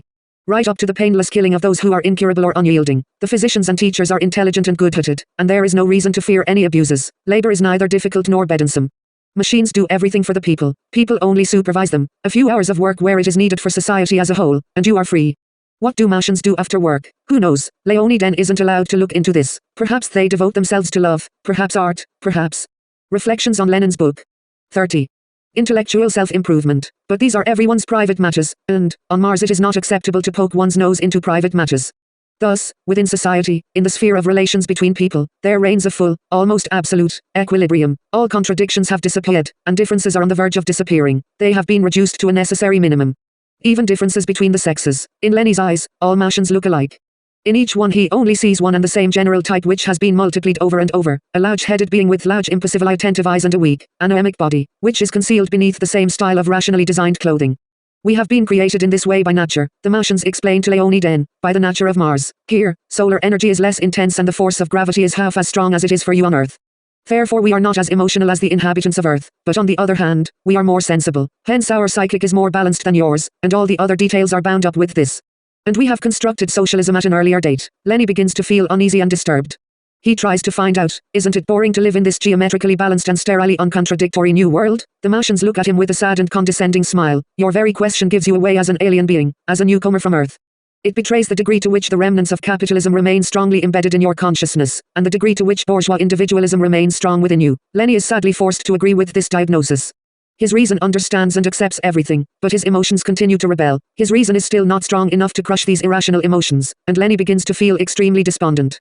Martian psychiatrists are forced to place him in a hospital and restore his disturbed mental equilibrium with the help of drugs. For a time, the remnants of capitalism in his consciousness cease to torture him. The chemicals have suppressed them. But only for a while, since Lenin's psychophysiology has retained its earthly and imperfect characteristics. He sees everything as before with the eyes of an inhabitant of Earth, and his narrowly patriotic interests prevent him from completely rising to the level of interplanetary interests. They prevent him from looking at the world from the point of view of the interests of interplanetary socialism. Hence, with his reason he understands everything correctly, especially the fact that Martian socialism is a much higher and more perfectly developed form of interplanetary socialism than those forms which have matched on the Earth. This he understands clearly as long as his bourgeois and individualistic earthly emotions lie dormant. These remnants of capitalism in his consciousness which have taken root in his earthly flesh, they can be suppressed with the help of drugs. But as long as they simply lie dormant, but have not been eradicated, the main reason for the lack of understanding between Lenin and Martian socialism remains intact. What lingers is their obvious psychophysiological incompatibility, which is based on the biological incompatibility of two different races of interplanetary mankind. Reflections on Lenin's book. 31. Bogdanov was by no means trying to lampoon socialism, on the contrary he was devoted to it. A different matter altogether is what Marxian socialism looked like when he began to look at it through the distorting lenses of Marxist philosophy, through the prism of his Empirio-monism, through the conceptual framework of this philosophy. Here is how its optics work. When examined through its lenses, the doctrine of Marx is at first insignificantly distorted, it is only schematized. In the image of the future which is outlined by Marx, those features and contours are then abstractly singled out which characterize socialism exclusively from the point of view of political economy. These are all the features which were seen by the hero of Bogdanov's novel On the Red Star. Socialized property and the planned organization of production, the regulated balance between production and consumption, between socially necessary time and free time, etc. The absence of legal and state coercion, the high level of consciousness of the participants in social production, all this is correct, all these are necessary and important characteristics of socialism which Bogdanov sees. But, aside from the features of socialism which are indicated, nothing else is visible through the Marxist spectacles. The economic framework of Marx has remained, but only as a framework, as a skeleton, while the flesh and blood, the concrete reality of the Marxist conception of the socialist future, has been cast aside and replaced by the Marxist fantasy. As a result, you see before you the same picture which the hero of Bogdanov's novel saw with his own eyes on the planet Mars. Marx's doctrine, examined through the prism of Marxist philosophy, couldn't look otherwise. Bogdanov's economic framework is Marxian, but its realization is no longer according to Marx, but to Mach. Or to be more precise, it is according to Bogdanov, for he creatively developed and concretized the philosophy of Mach in conformity with the interests and goals of the socialist organization of the world. Let us return once again to the Martian heroes of the novel and let us see what further befell them on Mars. This is doubly interesting, for the author himself makes no secret of the fact that under the guise of Martian events he is describing future events here on Earth, events that he calculates according to the formulae of Empirio-Monism. Thus, Lenin's biopsychic incompatibility with Martian socialism is established in a strictly scientific manner, it is verified by Martian psychophysiologists and recognized by Lenin himself. He therefore agrees to be cured. The treatment is the most radical kind, they themselves determine the degree of the efficiency of treatment, he trusts them unconditionally. But of course, their medicine occupies the same heights which will be reached on Earth after many centuries, or even thousands of years. Thus reasons the hero of the novel after he has run into real socialism on Mars. This is the way the Martians reason as well. Indeed, they think according to the same iron logic of Empirio-Monism, only raised by them to the highest level of perfection, and the conclusions which are made with the help of this implacable logic are mathematically strict and irreproachable. Reflections on Lenin's book. 32. Here are the premises. 1. The natural resources on Mars are poor and will soon begin to run out. Mars is faced with two inexorable alternatives. Either its socialist civilization will enter a phase of degeneration that is take the path to its destruction, or it will save itself at the expense of the widened exploitation of the natural resources of other planets. Already in 35 years the shortage of resources will adversely affect it too. There is no choice. What is necessary is the immediate colonization of Earth and Venus. Earth would be preferable. There may not be enough time and energy for Venus. But Earth is populated by the human race, with whom it is impossible to reach a peaceful agreement because of biopsychic incompatibility. This was shown by the experiment on Leonid N3. Strictly logical calculation shows that sooner or later, after long hesitation and the fruitless and agonizing squandering of our energy, the matter will inevitably lead to the same formulation of the problem which we, as conscious beings who foresee the course of events, should accept from the very beginning. The colonization of Earth requires the complete extermination of earthly mankind. The conclusion, if the Martian, higher, form of socialism is to survive and flourish, it must sacrifice the lower, earthly, form of life. It is true, they say, that we can try to forcibly re-educate the Earth's human race, we can carry out by force the socialist cultural revolution in its consciousness. But it really isn't worth it. There would be many troubles and it would drag on for a long time, and time doesn't wait. Therefore there is only one way out, extermination. This is much less complicated, more economical, and consequently more rational. And there will be no cruelty in our actions, because we are able to carry out this extermination with much less suffering for them than they continuously inflict upon each other. Thus it is the economy of thinking, the economy of effort, and the economy of suffering of the victims themselves. In the end, the Martians spoiled both the human race and Lenin. They spoiled them despite the fact that in a fit of his recurrent mental disorder, Lenin committed murder. They simply expelled him from their planet, and it was love which accomplished this miracle of mercy. But, if you will, while there may be love here, how is it able to withstand the iron logic of Martian reason? Very simply. The appeal to love and other lofty and noble, albeit rather irrational emotions is generally characteristic for positivism, which continually finds itself at an impasse in its arguments. And despite rational thinking, which is as precise as the results of a calculating machine, and just as soulless as this device, there arises a strange yearning, insofar as it is not confined to the usual logic for human warmth, love and sympathy. When fetishized science and scientific thinking led to immoral conclusions, to the justification of violence and cruelty, evoking horror even among the adherents of this thinking, then the scientist sheds a tear and begins to seek salvation in abstract and empty, but humane ideals, placating his romantic, but, alas, absolutely barren nobility. For this reason then Bogdanov found no other means of saving the Earth's inhabitants except through love, the same female Martian, whom Lenin for a long time took for a Reflections on Lenin's book. 33. Young man, had fallen in love with him and therefore understood the essence of the matter better than the theoretician of extermination. Nettie passionately spoke out against the plan of extermination and in favor of an alliance with this semi-barbaric earthly civilization with its intellect which was still weak. Yes, they are weaker and lower than we are, but they are other beings. Let us love them, brother Martians, such as they are. The unity of life is the highest goal, and love is the highest reason, pathetically explains Nettie. The Yupan sets out towards Earth after the exiled Lenin in order to take part personally in the revolution there. Let us leave Mars for a while and return to an analysis of essays in the philosophy of Marxism and other works by Bogdanov and his co-thinkers. The reader has probably already managed to notice how often and persistently the magical word equilibrium is repeated in the quotations from those texts.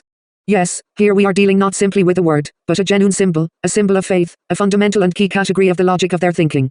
No matter where their arguments originate, or where they led to, they inevitably begin with equilibrium and end with equilibrium.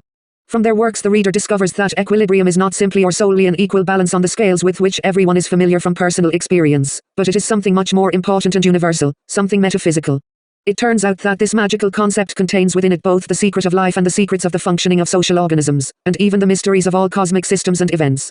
It turns out that all these mysteries, secrets and enigmas are simple and easy. One only has to apply to them the magical lockpick, and they become transparent and simple. It turns out that the entire infinite universe strives to achieve equilibrium. Thus the history of mankind, the history of social organisms, is directed towards and yearns for equilibrium. Immediately, everything becomes clear, both the condition of economic and political relations and the organizational principle of the living body of the frog, and the direction of the evolution of the solar system. It is remarkable that in not one of the works of the Machists will we find an intelligible explanation of the meaning of this word. They all prefer to explain it by means of examples. But throughout the entire system of such examples, the actual meaning of this imperio symbol clearly shines through. It is first of all a state of inviolable rest and immobility.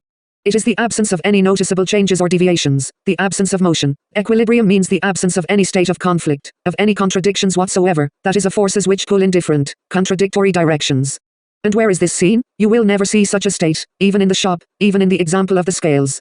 Even here equilibrium is only a passing result, an ephemeral effect, which is achieved at precisely that moment because two opposing forces are directed at each end of the lever, one presses upward, and the other presses downward. Reflections on Lenin's book. 34. In the Russian language, equilibrium means a state of immobility, of rest, in which a body is under the influence of equal and opposing forces. But according to the logic of Machism, the presence of opposing forces exerting pressure at one point is already a bad state of affairs. It resembles the state which is designated in Hegelian language as contradiction, as a body's state of discomfort, in which two opposing forces exert pressure, either squeezing the body from two opposite sides or tearing it in half. Such an understanding of equilibrium is therefore unacceptable for the Machists. How could it possibly be that equilibrium turns out to be only the passing and quickly disappearing result of contradiction, the result of the action of opposites applied at one point? That is the very state which every living organism tries to escape as soon as possible. And by no means the state which it supposedly is striving to achieve. Here then arises the concept of equilibrium which the Machists want to counterpose to contradiction, which is the presence of two opposing forces. It is a state in which two opposing forces have ceased to exist and therefore no longer squeeze or tear apart the ideal body. The forces have ceased to exist and have disappeared, but the state which they have established at a given point still remains. Equilibrium is a state of this kind. A state characterized by the absence of any opposing forces whatsoever, be they internal or external, physical or psychic. In this form, equilibrium is the ideal. It is the ideal model of the cosmos and the psychics, the fundamental philosophical category of Machism, and the starting point of Machist arguments about the cosmos, about history, and about thinking. The aspiration to escape once and for all from all contradictions whatsoever from whatever kind of opposing forces, is the striving for equilibrium. In addition to all the rest, equilibrium finds under these conditions all the characteristics which ancient philosophy describes with the words inner goal, objective goal, and immanent goal. According to Machist logic, equilibrium is by no means a real state, given in experience, even if in passing, but only the ideal and the goal of nature, man, and being in general. Such an equilibrium is static, complete, disturbed by nothing, an equilibrium of rest, an equilibrium of immobility, a state of suspension in the cosmic void. It is the ideal model of the Machist Bogdanovian concept of equilibrium. This is the first whale of Russian Machism. The second whale, its second logical foundation is economy as the supreme principle of the cosmos and of thinking. And if, for the Machists, equilibrium is the ideal and goal of the entire world process, then economy turns out to be the sole and universal means of its achievement. The forms of mobile equilibrium, which from time immemorial called forth the idea of objective expediency, take shape and develop precisely by virtue of the conservation and accumulation of their inherent energy, by virtue of their internal economy. 16 According to an old Russian myth, Earth is supported by 3 whales. Tr. 17 Essays in the Philosophy of Marxism, a Philosophical Miscellany, St. Petersburg, 1908, page 293. Reflections on Lenin's book. 35. This was written by Comrade Suvorov. Lenin demonstratively calls this thinker comrade, showing his ironical attitude towards Plekhanov and Bogdanov, in criticizing Bogdanov's Machism. Plekhanov had in a similarly demonstrative fashion called him Mr. Bogdanov. And the latter was very offended, and Comrade Bazarov explains in the same essays, the principle of the least expenditure of energy lies at the base of the theory of knowledge of Mach, Avenarius and many others, and is therefore an unquestionably Marxist tendency in epistemology. On this point, Mach and Avenarius, who are by no means Marxists, stand much closer to Marx than the patented Marxist G. V. Plekhanov with his salto vitae epistemology. Where does this closeness lie? It's all very simple. There is economy in Marx, there is economy in Mach, but is it indeed unquestionable that there is even a shadow of resemblance between the two? Lenin comments on the argument. In addition, he patiently explains to Bazarov and Suvorov that if there actually is a shadow of resemblance here, then it is exhausted by the term economy. The resemblance here is purely verbal and only verbal. In his evaluation of the logic which helped the Russian Machists make their discoveries, Lenin was categorical and merciless. After citing Bogdanov's tirade, every act of social selection represents an increase or decrease of the energy of the social complex concerned. Etc. Lenin sums up, and such unspeakable nonsense is served out as Marxism. Can one imagine anything more sterile, lifeless and scholastic than this string of biological and energeticist terms that contribute nothing, and can contribute nothing, in the sphere of the social sciences? There is not a shadow of concrete economic study here, not a hint of Marx's method, the method of dialectics, idle talk, playing with words, terms and symbols. There is not even a trace of anything else here. All the more so, there is none of that philosophical deepening of the Marxist doctrine to which Bogdanov and his friends lay claim. There is economy everywhere, at all times, and in all things, not only economy with money, but economy with the efforts of thought, and economy with the suffering of the victims of a war of extermination. In such a generalized, philosophical sense, the term economy is turned into a simple label which can calmly be attached to any phenomenon, to any process, without worrying in the slightest about the investigation of this concrete phenomenon or process.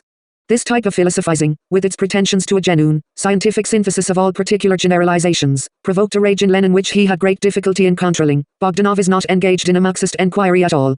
All he is doing is to reclothe results already obtained by this enquiry in a biological and energeticist terminology. The whole attempt is worthless from beginning to end, for the concepts. 18 Ibid, page 69, 19 LCW Vol 14 page 169, 20 Ibid, page 327. Reflections on Lenin's book. 36. Selection, assimilation and dissimilation of energy, the energetic balance, and so on and so forth, when applied to the sphere of the social sciences, are empty phrases. In fact, an enquiry into social phenomena and an elucidation of the method of the social sciences cannot be undertaken with the aid of these concepts, but it is not simple verbiage. It is consciously counterposed to the fundamental principles of materialist dialectics. For if equilibrium is first of all the Marxist anti-concept of the category of contradiction, then economy is counterposed in the most unequivocal manner to the dialectical materialist understanding of truth. Economy, when it is transformed into a principle of scientific thinking, into an epistemological principle, is called the principle of the least expenditure of energy, or sometimes, the principle of simplicity.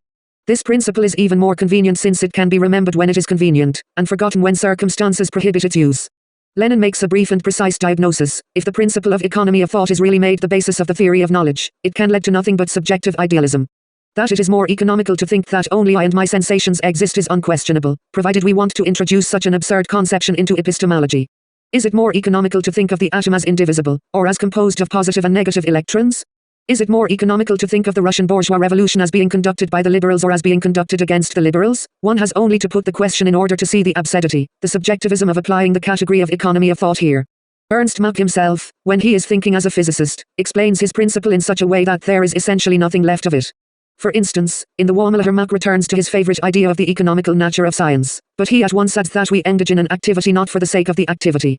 The purpose of scientific activity is the fullest, most tranquil, picture possible of the world. To talk of economy of thought in such a connection is merely to use a clumsy and ridiculously pretentious word in place of the word correctness.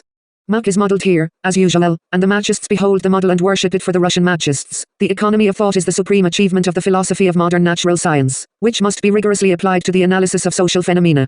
Then this analysis will be precise and infallible. In order to conclude the discussion of this principle, let us introduce the authoritative testimony of the staff chronicler of positivist wanderings in this question, the apologist of the Vienna Circle, Victor Kraft.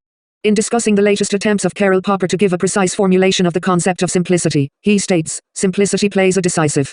21 LCW Vol 14 page 328, 22 Ibid, page 170, 23 Ibid, page 170-71.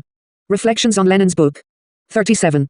Role in all hitherto existing empiricism, starting with Kirchhoff, appearing with Mach and Avenarius in the form of economy of thought, as well as in the conventionalism which begins with Poincaré. It should determine the choice between hypotheses and theories. However, all the attempts which have taken place before now to explain what exactly this simplicity is, as well as to establish a criterion for simplicity, have not been crowned with success. That which is characterized as the simple appears to be so partly from a practical point of view, partly from an aesthetic point of view, and in any case, from an extra-logical point of view. What must be understood as simplicity in the logical sense Popper tries to define with the help of a degree of adulteration. From his brief explanations in this respect, it is impossible to understand clearly enough how widely applicable such a concept of simplicity actually is. Here a careful inquiry lies still in the future. More than 100 years have passed. But the philosophy of modern natural science has thus been unable to intelligibly explain to people what must be understood by economy of thought. This simplicity of theirs has turned out to be not very simple. The only definition which, given the desire, one can extract from the works of Mach and his successors in this respect, is in actual fact not at all complex. Simplicity should be understood as whatever comes into your head. In ancient philosophical language this was always defined as extreme subjectivism. When translated into the natural Russian language, it means the completely arbitrary use of words and terms. Such is the celebrated principle of the economy of thought. This is the second whale of Russian Marxism. Before we speak about the third whale, we would like to turn our attention to those methods and to that logic which are used to construct the founding principles of Russian Marxism. This is an extremely simple mechanism, and Bogdanov's Netty very clearly and in a popular fashion explains its uncomplicated structure. Of course, said Nettie, every philosophy is an expression of the weakness and fragmented nature of cognition, the inadequacy of scientific development. It is an attempt to give a unified portrayal of being, filling in the gaps of scientific experience with speculations. Philosophy will therefore be eliminated on Earth as it has been eliminated for us by the monism of science. And how is such a goal achieved? By the pure and simple accumulation of scientific information, which is hauled in from all directions and combined into a single whole with the help of 24. The reader should keep in mind that in the positivist lexicon the practical point of view means something far different from what it means in the dictionary of Marxism. For the positivists, a practical view of things signifies a narrowly pragmatic, immediate view, having no relation whatsoever to a theoretical view and never able to coincide with it. Here this means, from the point of view of today's benefit or use, we have the right to consider something simple, which from the theoretical point of view is complex or even super complex. And vice versa, of course. EV, 25 Kraft, W. Wiener Kreis, Wien NY, 1968, S. 130. Reflections on Lenin's book. 38.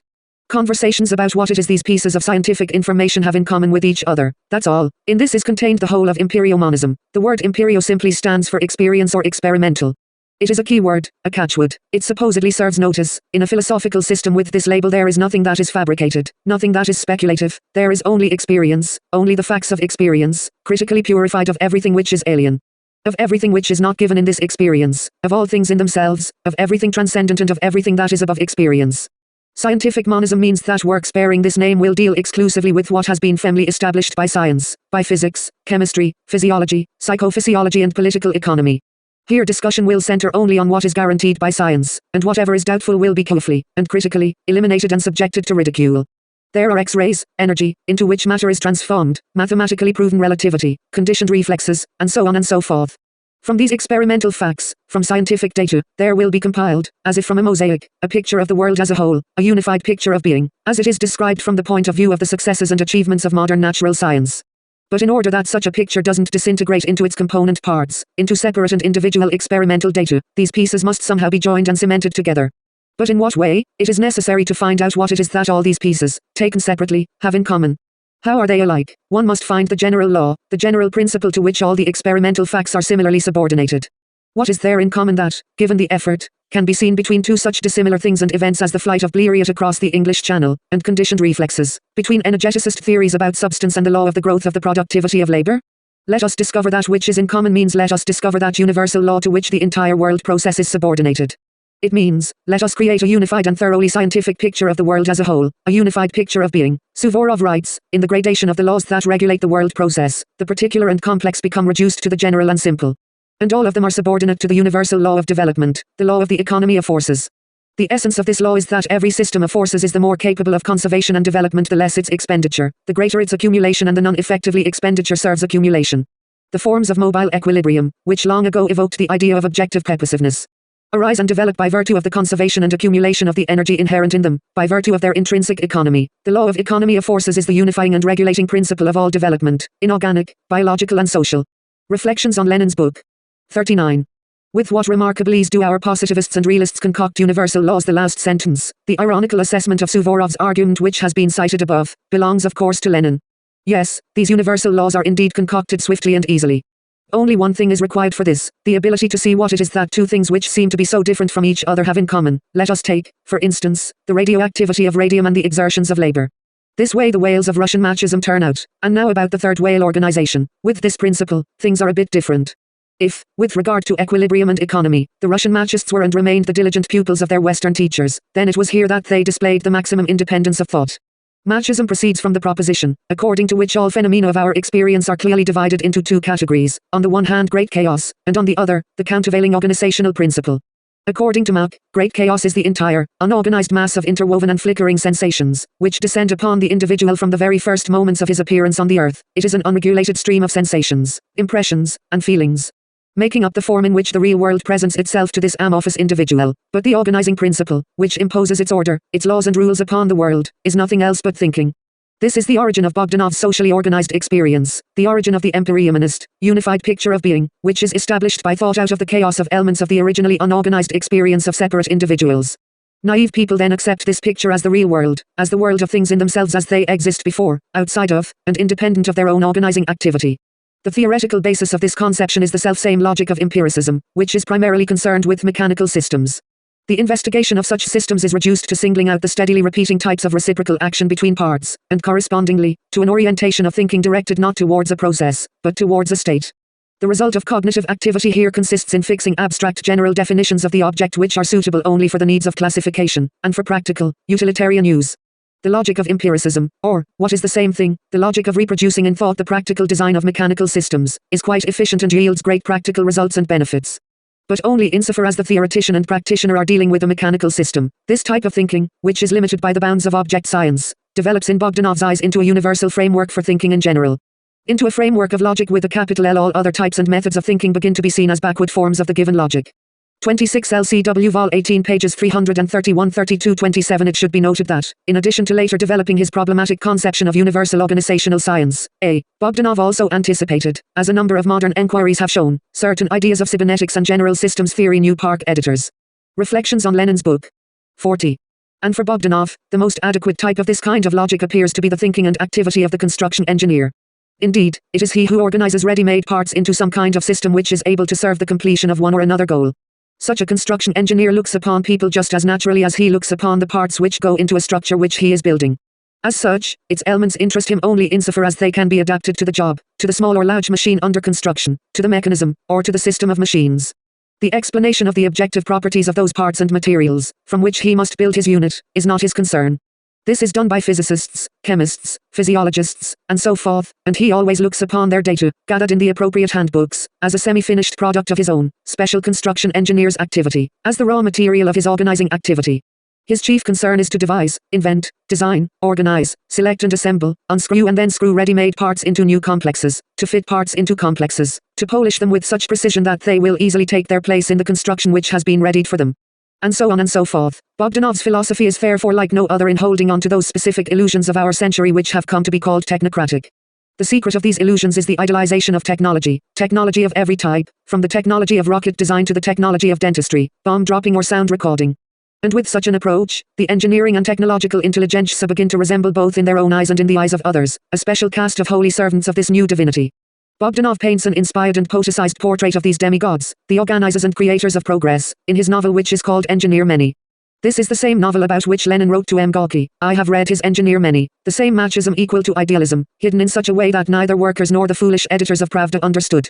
No, this is an inveterate machist. Yes, in writing his novel, Bogdanov tried to conceal his machism, expressing his views not in the language of theoretical essays, but in the language of artistic images.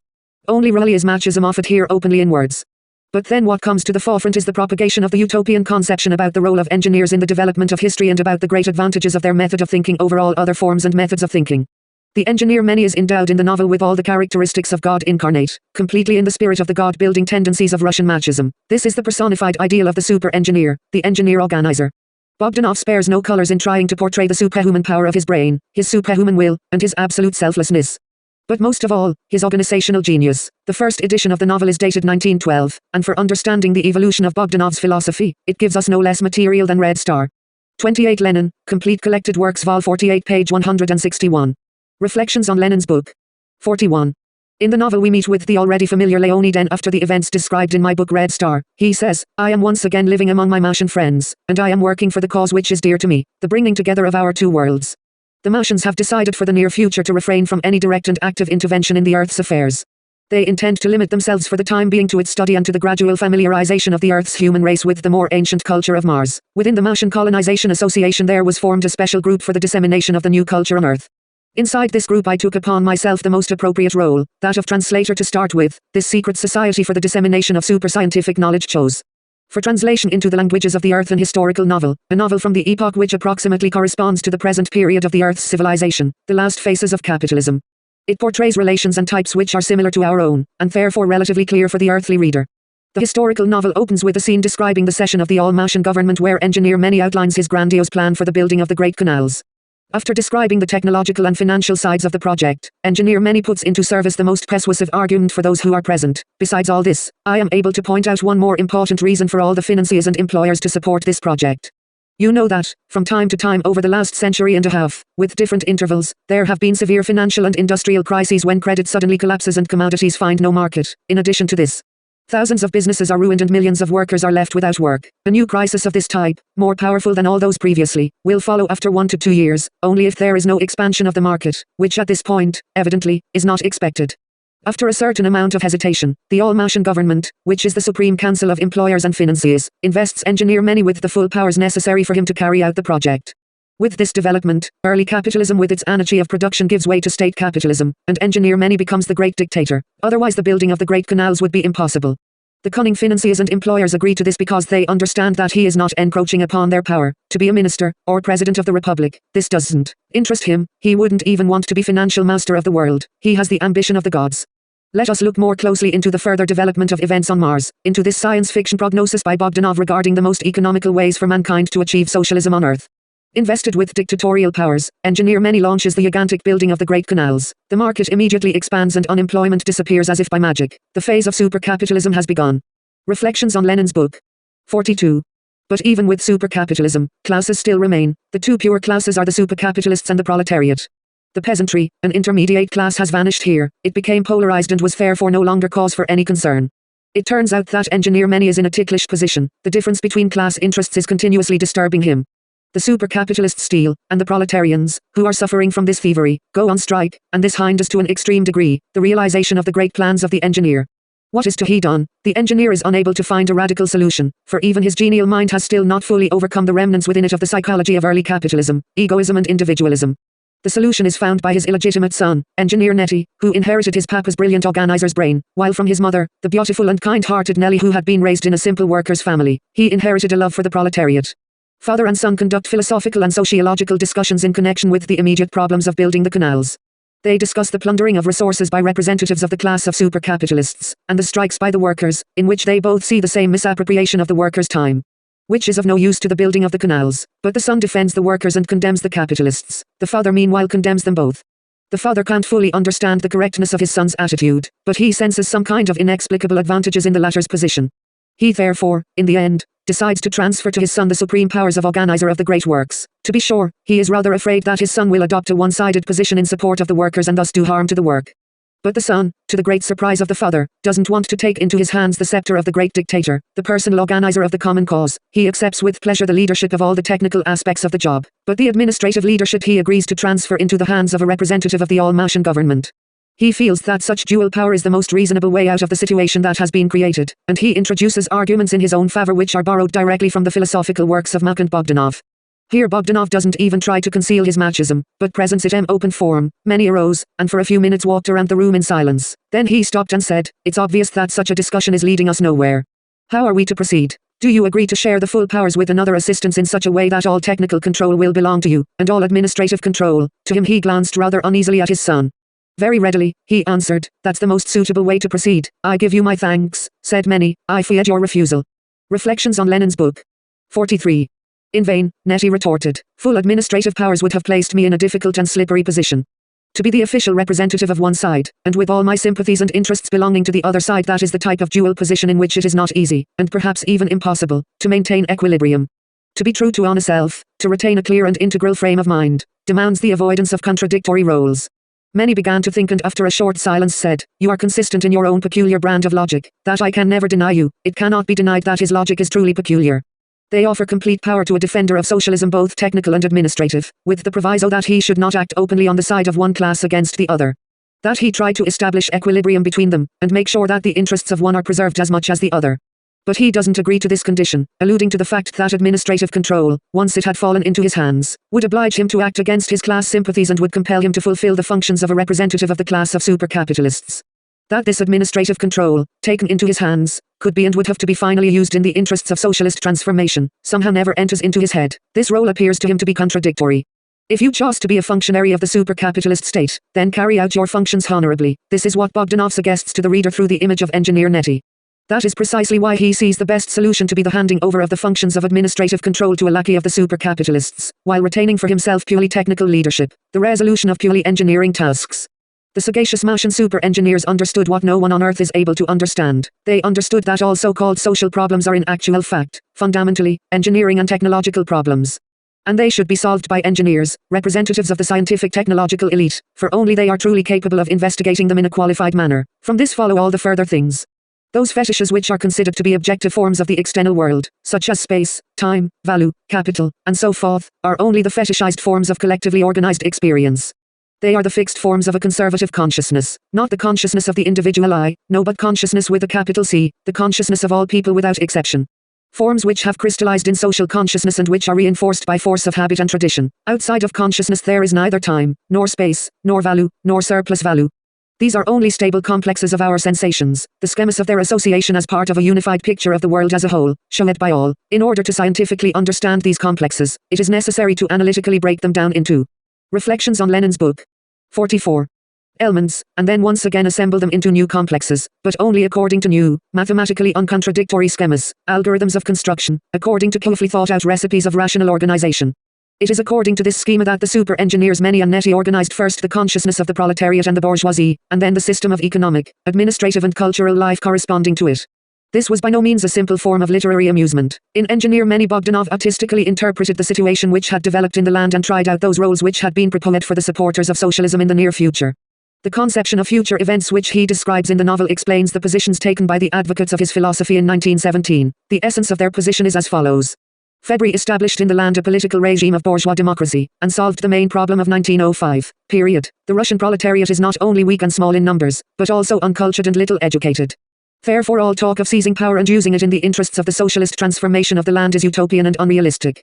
Power must be left in the hands of the bourgeois democracy, and we must worry about whether this all-Russian government guarantees the rapid growth of the productive forces, and leads the country onto the path of scientific and technological progress. We must help it with all the means at our disposal, putting to work all our scientific and technological knowledge, thereby making possible the growth of the productive forces and the proletariat.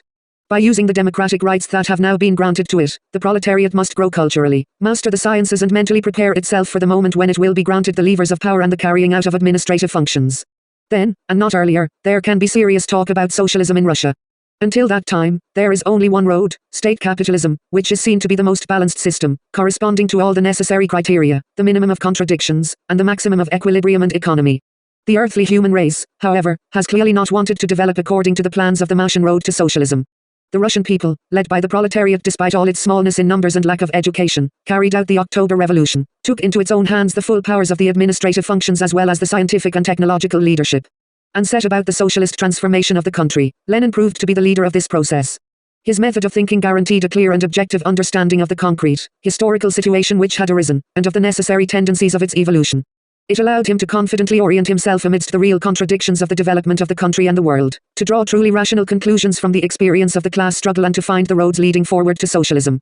Lenin's party therefore proved to be at the head, and not at the tail, of the revolutionary torrent of events which had spontaneously been unleashed. Reflections on Lenin's book. 45. And Bogdanov's philosophy, it revealed its uselessness, its incommensurability with the real course of the historical process. Complete perplexity, complete inability to understand where the stream of events was leading, whether forward or backward, whether to the right or to the left. This was the state in which the Russian Marxists spent the entire time from February to October, 1917. In characterizing the position of the newspaper New Life, Lenin defined it in the following manner: there is no trace of economic, political or any other meaning whatever in it. Only the lamentation of people who have become distressed or frightened by the revolution. Turning to the writers of New Life, Lenin advised them, stick to your plans, my good citizens, for this is not politics, and it is not the cause of the class struggle, and here you may be of use to the people. Your newspaper has a great number of economists join forces with the kind of engineers and other people who are ready to begin work on the problems of the regulation of production and distribution. Devote a supplementary page of your large apparatus to the business-like working up of precise facts about the production and distribution of produce in Russia, about banks and syndicates, and so on and so forth. This is how you will be of use to the people.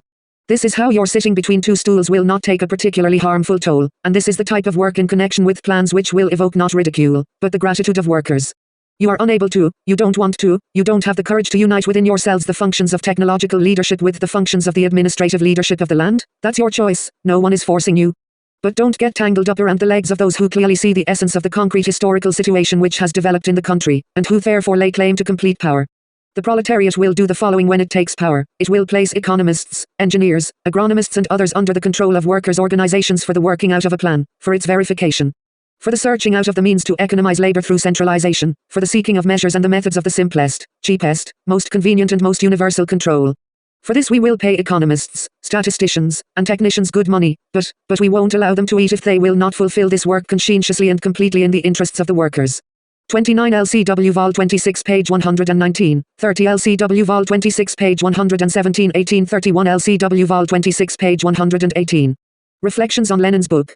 46. This is Lenin's alternative to the position of engineer many, and of the very real engineer with whom Lenin had a completely real conversation not long before the July days. Lenin didn't give his name, but we can say with complete confidence that this was one of the very real heroes of 1905 who served as the prototypes for Bogdanov's Leonid. The engineer was once a revolutionary. He had been a member of the Social Democratic and even the Bolshevik Party. Now he is either completely frightened, or angry at the ragging and indomitable workers. If only these were the type of workers you have in Germany, says he. I, of course, understand in general the inevitability of the socialist revolution, but with us, under the conditions of the lowering of the level of workers which was brought on by the war, this isn't a revolution, it's the abyss. He would have been prepared to acknowledge the socialist revolution if history had only led up to it as peacefully, quietly, smoothly and punctually as a German express train approaches the station. The proper conductor opens the doors of the car and proclaims, "Station of the Socialist Revolution." Al Ostigen, for some reason at that time, he didn't want to make his way from the position of engineer under the Tititiches to the position of engineer under the workers' organization. Yes, this was he, the very same Leonid, the very same Lenin, whom Bogdanov saw, when he was writing Red Star, as the ideal representative of Russian social democracy. The very same engineer in whose image of thought A. Bogdanov carved out his philosophy.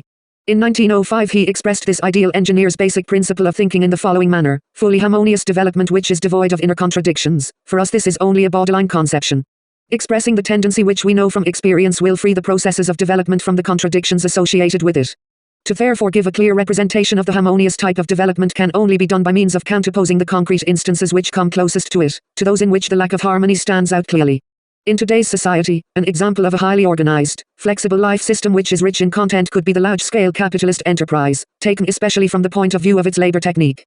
Such is the ideal model according to which Bogdanov dreamed of rebuilding the world and creating a new world. The model is extremely real. It is the large-scale capitalist enterprise, taken especially from the point of view of its labor technique. 32 LCW Vol 26 page 119, Bogdanov, A. The New World, Moscow, 1905, page 89-90. Reflections on Lenin's book. 47. Naturally, when you try, with the aid of this philosophy, to think about something else besides a ready-made mechanical construction, you will achieve nothing but confusion. For investigating the real process of development, which takes place at all times and everywhere through contradictions, through their coming into being and their subsequent concrete resolution, this logic is, of course, absolutely worthless. Development devoid of inner contradictions. It never enters into Bogdanov's head that this is just as unrealizable, and, therefore just as inconceivable an absurdity, as a round square. Nevertheless, it is precisely this absurdity which serves as the foundation of his theoretical constructions he is for development, but against the fact that within this development there may exist even a hint of any kind of contradictions. He therefore understands socialism not as an historically developed method of resolving real class contradictions, not as a revolutionary means of resolving material, objective contradictions between the proletariat and the bourgeoisie, but as a certain type of mathematically uncontradictory schema which is imposed from without on the chaos of actual relations between people. It goes without saying that, from the point of view of such a conception both of socialism and the road which leads to it, absolutely nothing could be understood in the events of 1917.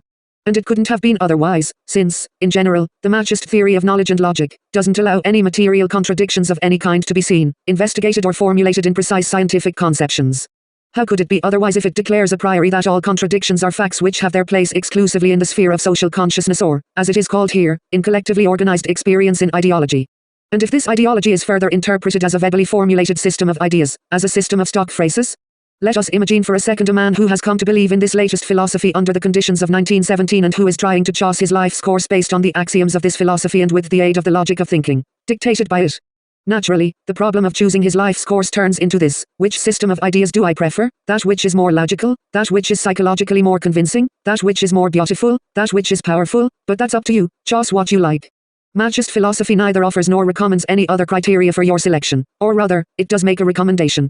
The very system which is most capable of harmoniously coordinating, in a non-contradictory way, all the ideas of every sort and kind into one complex. The very system which is able to look for what is in common between all the systems which actually conflict and come into collision with each other.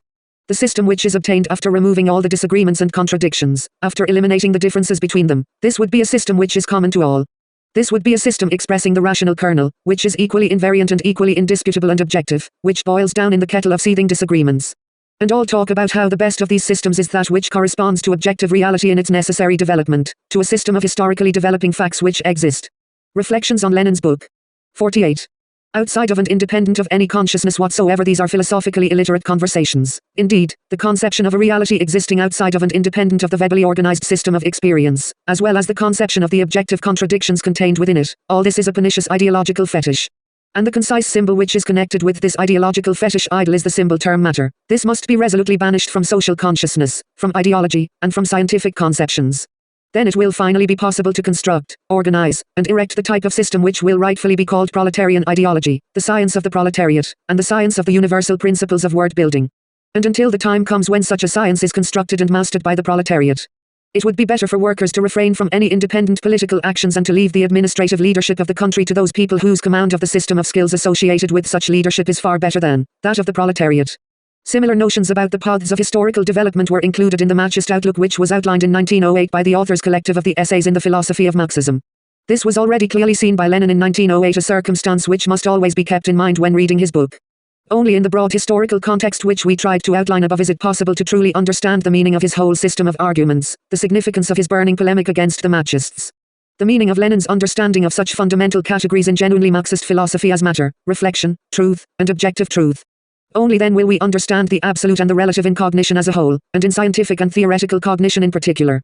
Yes, if you will, the discussion here centered most of all on the explanation and defense of the axiomatic basis of the philosophy of dialectical materialism. Connected with this is the fact that the main accent is placed here on materialism. But it would be a profound mistake to therefore draw the conclusion that the book is devoted to an outline of only those positions which are related to materialism in general, that is to any historical form of materialism, and therefore by no means describes the specific characteristics of dialectical materialism. This would be an untruth, a profound falsehood, a mistake in principle. A falsehood which not only doesn't help, but directly impedes a faithful reading of the text of the book. It is a falsehood which severs the organic ties between materialism and Empirio-Criticism and the philosophical notebooks. It is an untruth which leads to a false understanding of the philosophical notebooks and to a false conception of the meaning and content of theses directly concerned with the essence of materialist dialectics. Reflections on Lenin's book. 49. 3. Dialectics, the logic of revolution, philosophy and natural science. The development of the revolutionary process from 1908 to 1917 completely demolished the pretensions of the Russian Marxists in the realm of social and political thought. On the basis of their philosophy they proved to be incapable of creating any influential fraction in the revolutionary movement, not to mention a party which was theoretically and politically able to lead this movement. Not a single one of the progressive forces in the country, and most of all, of course, the revolutionary proletariat, took their philosophy seriously. The course of events most clearly of all showed that the logic of their thinking was merely the logic of those who had completely lost their heads, a logic dooming them to impotence, without giving or being able to give a scientifically grounded political orientation. But it was precisely the pretension to being scientific which was the essence of Bogdanov's position as well as that of the other Russian disciples of Mach. They seriously believed that their philosophical constructions were the philosophy of 20th century natural science, that it was distinguished by the force of strict and consistent scientific methods, and that the genuine Marxist point of view consists of an orientation toward a scientific method and its application to the cognition of social life. Their appeal to the authority of natural science was the main line of their argumentation. One can learn a great deal from Mach, and in our stormy times, in our country which is drowned in blood, the most valuable lesson that he teaches is a tranquil steadiness of thought, strict objectivism of method, ruthless analysis of everything accepted on faith, and the unsparing extermination of all the idols of thought, proclaimed Bogdanov and his co-thinkers at every step. Therefore, no matter how formally irreproachable Plekhanov's criticism of Marxism as terminologically disguised Becquelianism was, it made virtually no impression upon the Marxists. Who cares, they would say, that our philosophy doesn't correspond to the criteria of Baron Holbach or the Weber trinkets of Hegel. This upsets and disturbs us not in the slightest. Our strength lies in our agreement with the principles of contemporary scientific thought. It is not surprising that Bogdanov considered it sufficient to simply brush Plekhanov and his supporters aside with one phrase from all their criticism. He didn't even want to examine their polemical ploys against Mach which accused him of idealism and even solipsism. All this, he said, is nonsense, having nothing to do with the essence of the argument, which is that Mach teaches mankind the philosophy of 20th century natural science, while Plekhanov has stayed behind with the philosophy of 18th century natural science. As contained in the formulations of Baron Holbach, modern natural science, the logic of thinking of contemporary natural scientists, this was the basic beachhead for the Russian positivists in their war against materialist dialectics. And as long as they held on to this beachhead, no philosophical argumentation had any effect upon them, and it was precisely this which neither Plekhanov nor his disciples understood, or to be more precise, they didn't understand the importance of this. Reflections on Lenin's book. 50. Circumstance, for it was impossible not to notice the fact, the Marxists themselves in all their writings loudly proclaimed that their philosophy was the philosophy of modern science, the philosophical generalization of its successes and achievements. But Plekhanov passed by this aspect of the matter in silence, which the Marxists joyfully interpreted as an argument in their favor. They described Plekhanov's position as the position of a reactionary who was hindering the process of enriching Marxism with the methods of exact or so-called positive science. Thus, until Lenin joined the polemic, to a reader who had not thoroughly investigated the essence of the argument, the situation looked something like this. On the one hand, there was the school of Plekhanov orthodox Deberin, who neither knew nor cared to know and apply in politics the methods of exact science, and who were stubbornly trying to reinforce archaic concepts and fetishes in Marxism which had supposedly been thoroughly refuted by 20th century natural science. An equal sign was placed between Plekhanov's school as it was thus described and materialist dialectics. On the other hand, there was the group that was attacking this conservative school: Bogdanov, Bazarov, Suvorov, Lunacharsky, Yushkovich, Valentinov, Berman and Helfand, who were calling for the union of Marxism with natural science and fighting for a revolutionary, active trend of thought both in natural science and in politics.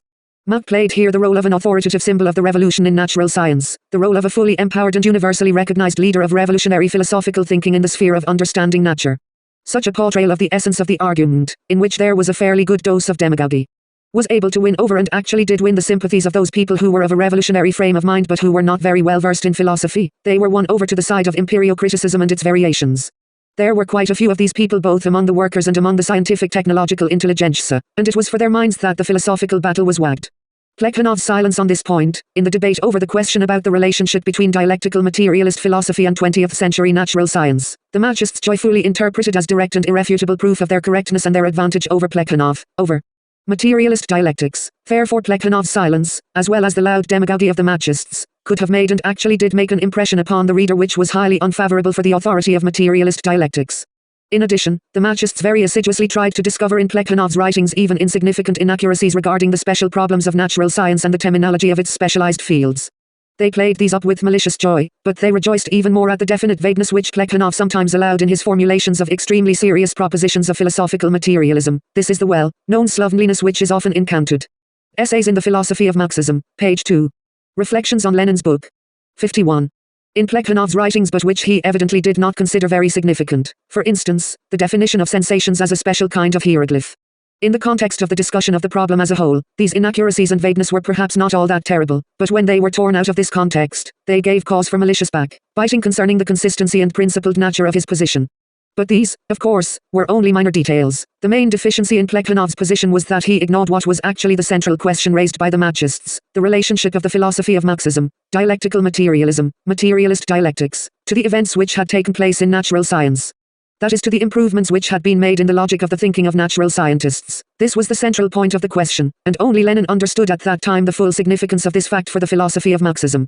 And only he was able to examine this extremely complex question on a truly principled level. It was on such a level that even now, 70 years later, it remains a standard for any Marxist who ventures to examine the problems of the relationship between philosophical dialectics and developing natural scientific thought or theoretical science. Of course, the chapter in Lenin's book The Latest Revolution in Natural Science and Philosophical Idealism struck a crushing blow at Marxism as the most typical variety of positivism in general, which had until then portrayed itself as the only philosophy having the supposed right to lay down the law in the name of 20th century natural science, in the name of modern science. This blow proved to be so crushing to the Marxists because it was unexpected. The Empirio-critics had grown too accustomed to considering that they had a monopoly on the philosophical problems of natural science. They did not expect Lenin's blow to come from this direction, but the blow proved to be not only well aimed, but irrefutable. The chief advantage of Lenin's criticism of the Russian Marxists over Plekhanov's consisted of the fact that while Lenin agreed with Plekhanov in his assessment of Marxism, he tried to examine the roots of this philosophy. That is, he struck his blow not at the effects, but at the causes. He did not proceed to pluck off the tops of the flowers, he tore out the roots. This is the main significance of Lenin's chapter about the revolution in natural science. And in this lies the fundamental and timely instructiveness of Lenin's method of struggle against idealism for us today. Let us try to briefly formulate the main principles in Lenin's struggle against the Russian Marxists, which show how this struggle radically differs from Plekhanov's defense of materialism.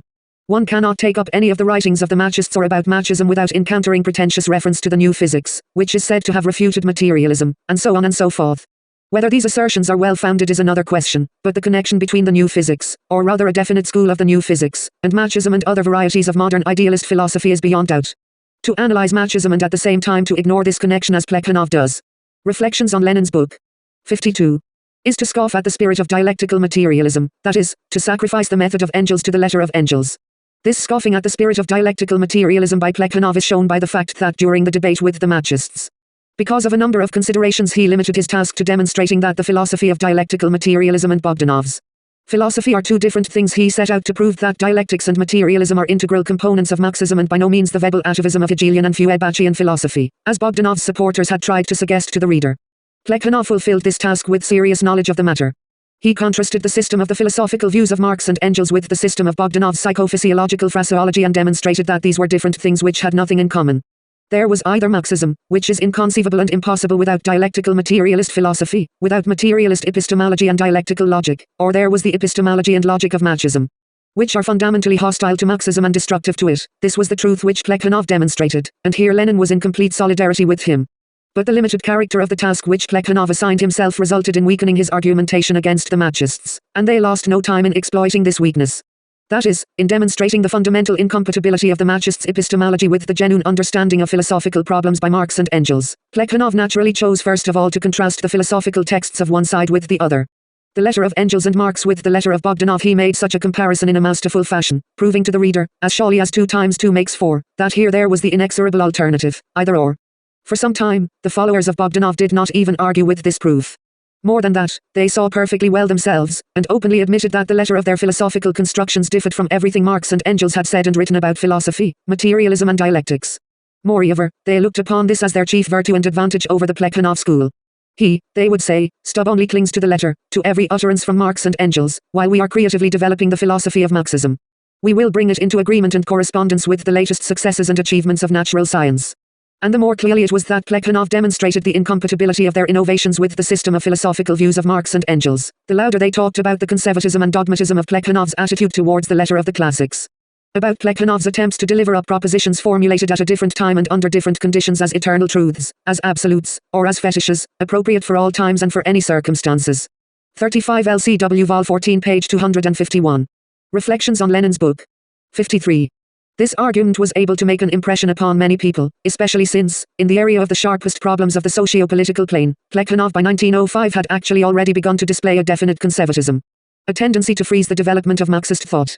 This circumstance gave the Marxists cause to declaim about how Plekhanov was sacrificing to the letter of the philosophy of the classics the true essence, the actual logic of their thought.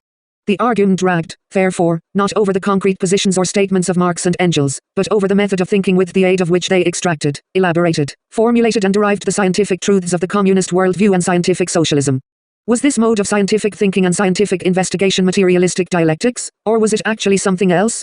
The Marxists were convinced, and tried to convince others, that all the statements and all the utterances of Marx and Engels were simply the phraseological heritage of that philosophical tradition, in the atmosphere of which was formulated the scientific thought of the classics, and nothing more. And the scientific method which was used, they said, during the creation of the theory of scientific socialism, including most of all its foundation, the political economy of Marxism, capital, has nothing in common, and never has had anything in common, they would say, with discussions about materialist dialectics. This, they said, is the most common scientific method, which is used to obtain results by any modern science, and particularly, it goes without saying, by physics. It is easier and most expedient to learn from this genuinely scientific method from modern physics, or, more concretely, from Ernst Mach, one of its acknowledged leaders. They insisted that Mach discloses in his writings the secrets of the genuine method of thinking of modern science. At the same time he reveals the truly scientific aspects of the method of thinking of Capital's author, cleansed of the rubbish of the antiquated Hegelian phraseology and terminology. It was this aspect of the argumentation of the Marxists in the social democracy that was not touched upon by Plekhanov's mode of criticism, and it was precisely for this reason that Plekhanov's attack on Marxism fell short of its goal.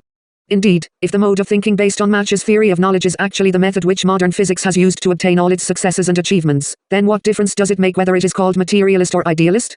In other words, if the epistemology and logic of Marx Bogdanov is actually the theory of knowledge and logic of modern science, modern physics, mathematics, and so forth, then Bogdanov is essentially correct as opposed to Plekhanov. Although he differs from the letter of Engels which is only defended by Plekhanov, this then was the heart of the argument, and it was precisely here that Plekhanov proved to be not at his best. With absolute precision he had classified Marxist philosophy as idealist.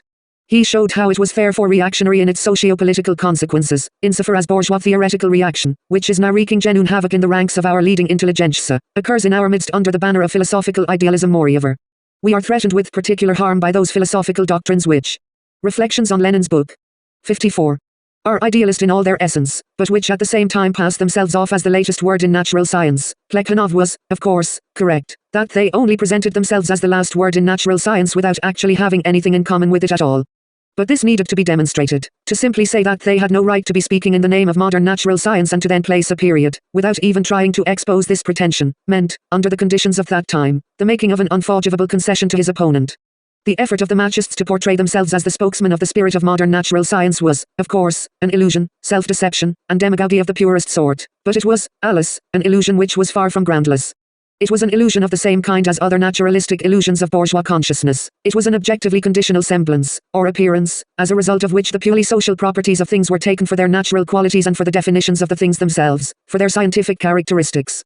The Machists not only portrayed their teachings as the last word in natural science, they unfortunately took as the basis for similar illusions the numerous utterances of the natural scientists themselves, including even the greatest scientists. They based themselves on those philosophically helpless conclusions which the scientists had drawn from their own discoveries. The real source of nourishment for Bogdanovism as one of the many varieties of idealism was the philosophical incompetence of many representatives of modern science, their confusion when faced with the difficult philosophical problems which arise before them in the course of their work. In the given instance, this confusion emerged in the form of a lack of knowledge about materialist dialectics, that is about the actual logic and theory of knowledge of modern materialism, and about modern scientific cognition of the surrounding world. This was accompanied by a false conception of materialist dialectics as idealist philosophical speculation, as was perfectly well shown in Materialism and Empirio-Criticism. Ignorance of dialectics was the catastrophe leading to the degeneration of the spontaneous materialism of natural scientists, their natural epistemological position, into the most vulgar and reactionary varieties of idealism and clericalism, which was diligently encouraged by professional philosophers, the conscious or spontaneous allies of clericalism. Hence Lenin derived his entire subsequent strategy of many years regarding the majority of scientists, stubborn, consistent work to win them over to his side. It meant then and means today, to win them to the side of dialectical materialism, to the side of the materialist dialectics. Otherwise it is impossible to overcome idealism, the idealistically reactionary interpretation of the successes and achievements of modern science and technology. Until the majority of scientists understands and is able to consciously apply materialist dialectics as the logic and theory of knowledge in their own field, idealism will grow out of. Plekhanov, Works, Moscow 1925, Vol 17 page 99. Reflections on Lenin's book. 55. The development of natural science itself, the credit and trust of people will be used by those very reactionary idealist schools, one of which is Bogdanovism. The strength of Machist idealist philosophy lies in the philosophical weakness of many modern scientists. It was Lenin who found the courage to tell them this truth which they found so unpleasant, to say it directly, without any diplomacy, while perfectly well recognizing that this bitter truth might wound their self-esteem. To publicly make such a diagnosis required quite a bit of moral courage, especially to tell the greatest modern-day scientists to their face that they had not yet learned how to think in a truly scientific manner when it came to the theory of knowledge and to logic. But the central point was not only Lenin's personal moral courage, but also the intellectual courage which was unquestionably demanded by the principles of the philosophy which he defended on every page of Materialism and Empirio-Criticism. He proceeded from the fact that what people find to be the most bitter and unpleasant truth is in the long run more useful for them than the most pleasant and flattering lie and falsehood. He was committed to this view by materialism itself. Consistent materialism, that is the essential and consciously thought-out philosophical foundations of the Marxist worldview, stubbornly requires a critical attitude toward everything that is said and written in the name of modern natural science, including statements by its greatest authorities. The representatives of the new physics. In 1908 there were, for instance, Ernst Mach and Henry Poincaré, stars of the first magnitude in the heavens of theoretical physics of that day. It was about them, and not about the petty modelers in science, that Lenin felt it was necessary to say, not a single one of these professors, who are capable of making very valuable contributions in the special fields of chemistry, history or physics, can be trusted one iota when it comes to philosophy. Why? For the same reason that not a single professor of political economy, who may be capable of very valuable contributions in the field of factual and specialized investigations, can be trusted one iota when it comes to the general theory of political economy. For in modern society the latter is as much a partisan science as is epistemology. Actually, not a single word of theirs can be trusted when it comes to the theory of knowledge, logic, or the method of scientific thinking, for they professionally do not know this field and therefore they become confused, and stagger at every step, continually stumbling into idealism, that is, into a philosophical position which is essentially anti-scientific and hostile to science in general, including their own specialized science. And even under these conditions they continue to be leading theoreticians in their own specialized field of thought. A paradox? Yes, the same type of paradox which fills the pages of history in general and the history of science in particular, and on the basis of a careful philosophical and 37 LCW Vol 14 page 342. Reflections on Lenin's book. 56. Theoretical analysis. Lenin shows the essence of this paradox. He shows how such an unnatural combination becomes possible. The combination of scientific thinking which is realized by scientists who are physicists and specialists with an inadequate awareness or false knowledge of the essence of their work. An anti-scientific understanding of the actual laws of their own thinking, that is of those objective laws of cognition to which are finally subordinated, whether individual scientists want it that way or not. Whether they are conscious of it or not, the movement both of cognition as a whole and in its separate fields. In actual fact, scientists are continually and at every step thinking in defiance of the logic and theory of knowledge which they consciously profess. For they are compelled to do this by the powerful pressure of the accumulation of facts and of the indisputable authority of experimental data, that is, by the force and power of the fully material conditions of thought and its laws. People who are really engaged in the process of cognizing nature continuously are forced to execute the type of mental moves and operations with concepts which, from the standpoint of the logic and theory of knowledge that they consciously profess, are not only inexplicable, but quite simply not according to the law, or even against the law. According to materialism, that is the clear and consistent materialist theory of knowledge, such situations present nothing enigmatic.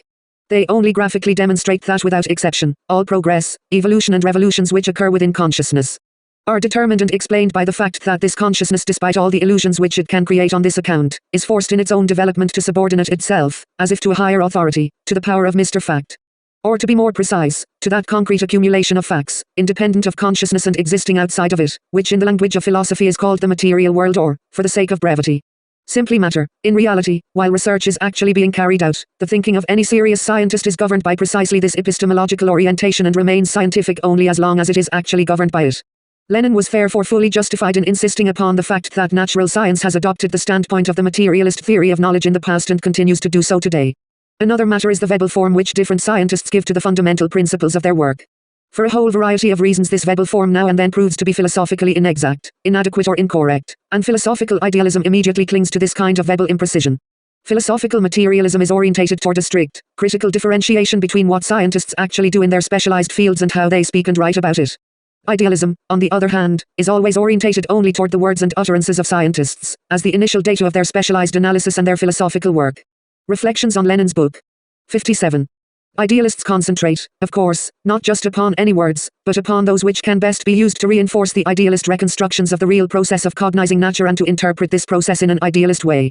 As a result, those assertions which, in the mouths of the scientists themselves, were terminologically incorrect descriptions of real events in the path of cognition, are presented as the precise expression of their essence and as conclusions drawn from natural science. And such assertions are no rarity, especially since the idealist positivists are precisely engaged in trying to arm natural scientists with philosophically inexact, muddled and incorrect terminology, given out as the last word in modern philosophy. It becomes a closed circle. Thus the image is created that it is natural science which refutes both materialism and dialectics, while the philosophy of natural science is simply and unpretentiously summing up the true epistemological positions of natural science. To create this image, the positivists instill in scientists a muddled conception both of matter and of consciousness. Meanwhile they try to discredit the simple, clear and carefully considered definitions of the primary concepts of materialist philosophy with labels that are primitive, naive, non-heuristic and antiquated. As a result, 20th-century positivists have managed to achieve considerable success insofar as the whole environment in which the majority of scientists for the time being live and work, estranges them from Marx and Engels and throws them into the embrace of vulgar official philosophy. Hence, the most outstanding theoreticians are handicapped by a complete ignorance of dialectics. These words of Lenin's, which were spoken more than 70 years ago, remain absolutely true even today in relation to the capitalist world and the situation of the scientist in it. Moreover, the assault of bourgeois ideology on the minds of scientists, which had as its basic goal then and still has it now the discrediting of materialism and dialectics, has nowadays become much more concentrated, much more persistent and much more refined in its methods. Modern positivism has elevated the creation of ever newer and more artificial terms to such an art, that the Machism of Bogdanov's time seems positively dilettantish in this regard. In 1908 this style had just barely come into vogue and it had only managed to yield the first, rather timid shoots in the field of positivist thought, but Lenin already felt that it was necessary to have done with it, for this was no innocent linguistic amusement or some simple play with words. But something far worse. He saw in it the tendency to create a special jargon in which it was convenient and easy to express patently idealist lies in such a verbal form that you could not immediately recognize them. Such a jargon was created and perfected in a very simple manner, by studiously imitating the specialized language of one or another of the natural sciences, either physics or mathematics or biology. This was accomplished by imitating the external peculiarities of the language of scientists, often by simply borrowing from them not only separate terms. 38 LCW Vol 14 page 263, 265. Reflections on Lenin's book. 58. But whole blocks of words which slowly took on a different meaning. The philosophical constructions of the positivists would therefore appear to be quite understandable to the scientist, insofar as the available concepts of natural scientists, the expressions to which he was accustomed, served as the basic material here as well. The very word element, a key word in Machism, has such an origin. Indeed, if a physicist or chemist in Mach's times were told straightforwardly, your field of science is actually involved in investigating complexes of your sensations, he would not accept this wisdom as the expression of the essence of his work. Or even more so as a conclusion drawn from his own research. When, however, he is told that he is investigating complexes of elements, he immediately accepts this phrase as a matter of course, since he has long since grown accustomed to using the word element to mean hydrogen or radium. The electron or the atom he accepts the language of this clear and flattering philosophy, grows accustomed to it, and continues to speak in it even when he is no longer discussing hydrogen or the electron, but the process of the scientific cognition of hydrogen or the electron. It was precisely in this manner that the lamentably famous expression arose, that matter has disappeared. The first to use this phrase was a physicist, not a philosopher. Why? Following what logic? The logic was very simple. First of all, the philosophy of natural science instilled in him its understanding of the word matter, after investing it with the meaning borrowed from modern physics, that is, after placing an equal sign between matter and the available conceptions of the physicists. The physicist took a step forward and said farewell to his previous conceptions for the sake of new ones. In the language which he had been taught by the philosophy of natural science, this was expressed with absolute logic in the following way: he said farewell to the concept of matter. The progress of the physicist's knowledge had refuted the concept of matter, and matter had disappeared, for what had been discovered in place of the former could no longer be called matter. Such a phrase could not come from the mouth of a physicist who knew the correct, but not the positivist, definition of matter, but from a physicist who agreed with the positivist scientific definition of matter. It would not only be natural, but even formally correct. But if when used by the physicist this phrase was an inadequate verbal formulation of an actual fact, of a real step forward on the path of cognizing physical reality, when used by the philosopher idealist the phrase takes on a very different meaning. From the inexact expression of a real fact it has become transformed into the exact expression of a state of things which does not exist and which has been dreamed up by idealists.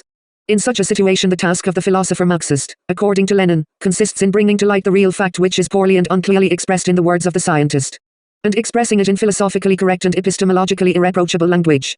This means making this fact philosophically clear for the scientist himself and helping him to realize this fact correctly. Lenin's attitude was completely different toward the specialist philosopher who consciously gambled on the carelessness. Reflections on Lenin's book. 59. And gullibility of the scientist non-philosopher, and on his lack of knowledge in the field of epistemology. Here the tone of the conversation was something else. To brand the scientist as an idealist is just as mean and stupid as to make the worthless public indictment of an illiterate peasant who is praying that God grant him rain. By calling him an ideological accomplice of the petty bourgeois bureaucratic order and an ideologist of reaction, with a priest, it is a different matter. And not the wretched little village priest who shares the peasant's naive beliefs, but the educated priest who knows Latin, the writings of Thomas Aquinas, and even Kant, who is the professional enemy of materialism and the revolution, living as a parasite on ignorance and superstition.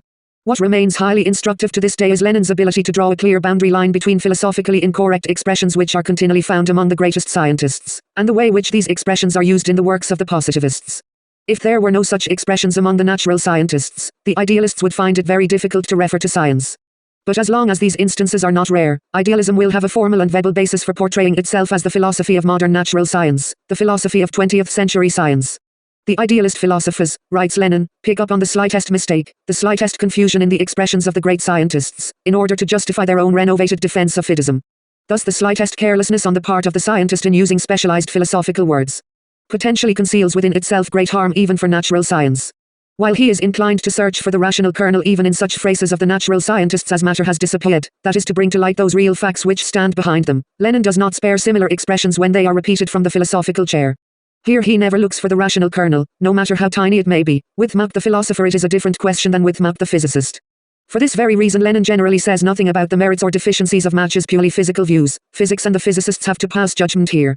But Mach as the author of Analysis of Sensations and Knowledge and Error deserves the most severe judgment on the basis of an entirely different set of laws.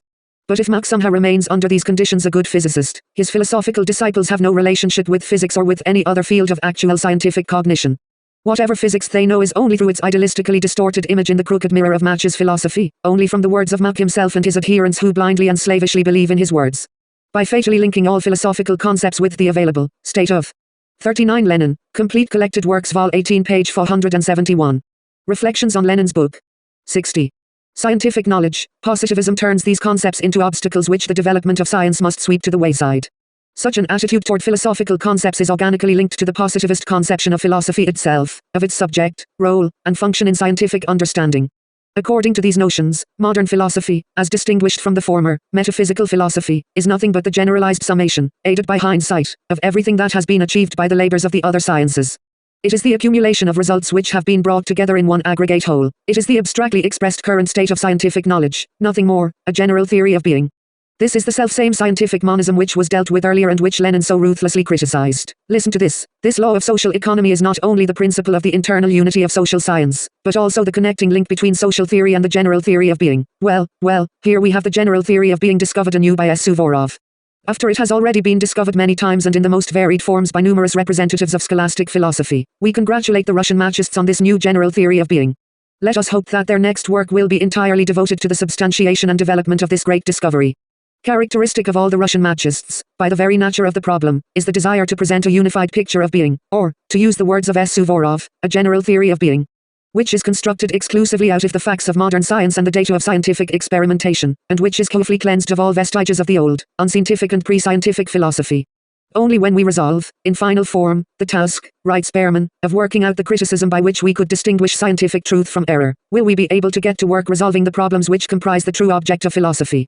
The problem of what the world is as a whole. It was for the sake of carrying out an assignment of this sort that the Machists undertook a review of the Marxist resolution of the problem concerning this very same criterion. But such a review was simply epistemological propaedeutics, and its goal was the creation of a general theory of being, a unified picture of being, and a theory about what the world is as a whole. Epistemology for them was only a means, an instrument or a tool for constructing a picture of the world as a whole. This tool must be made in advance and sharpened, since they all believed that no such instrument exists as a part of Marxism. Dialectics is not taken by these people to be such an instrument. Here, they say, is where not only Marx and Engels, but all their disciples, made their mistake. Isn't it strange that with not only a theory of dialectics, 40 LCW Vol 14 page 334-35-41 Behrman, Opsit, pages 7-8. Reflections on Lenin's book. 61. Which is fully thought out in the scientific sense, but even a somewhat precise basis for those ideas which taken together they call dialectics. Behrman continues to express his view. Analogous reasoning about the subject of philosophy in Ari's book provokes sharp epithets on Lenin's part. Here is the path of this reasoning. Why should not philosophy, therefore, in the same way, be a general synthesis of all scientific knowledge, an effort to represent the unknown as a function of the known, in order to aid in discovering it and keep the scientific spirit in its true orientation? It would differ from science only in the greater generality of the hypothesis. Instead of being the theory of a group of isolated and very circumscribed facts, philosophical theory would be the theory of the totality of the facts that nature presents us with, the system of nature, as it used to be called in the 18th century, or at any rate a direct contribution to a theory of this kind. His evaluation is so angry because Lenin sees all too clearly. Ri's ideas about the subject and tasks of philosophy have as their source the same classic as the ideas of Bogdanov. Both are a rehash of the axioms of Mach and Avenarius. Such an understanding of the tasks of philosophy naturally condemns it to the simple summing up of the results obtained by natural science. Lenin felt that it was very important and necessary to inform the reader about the latest scientific facts in physics and chemistry, about the structure of matter.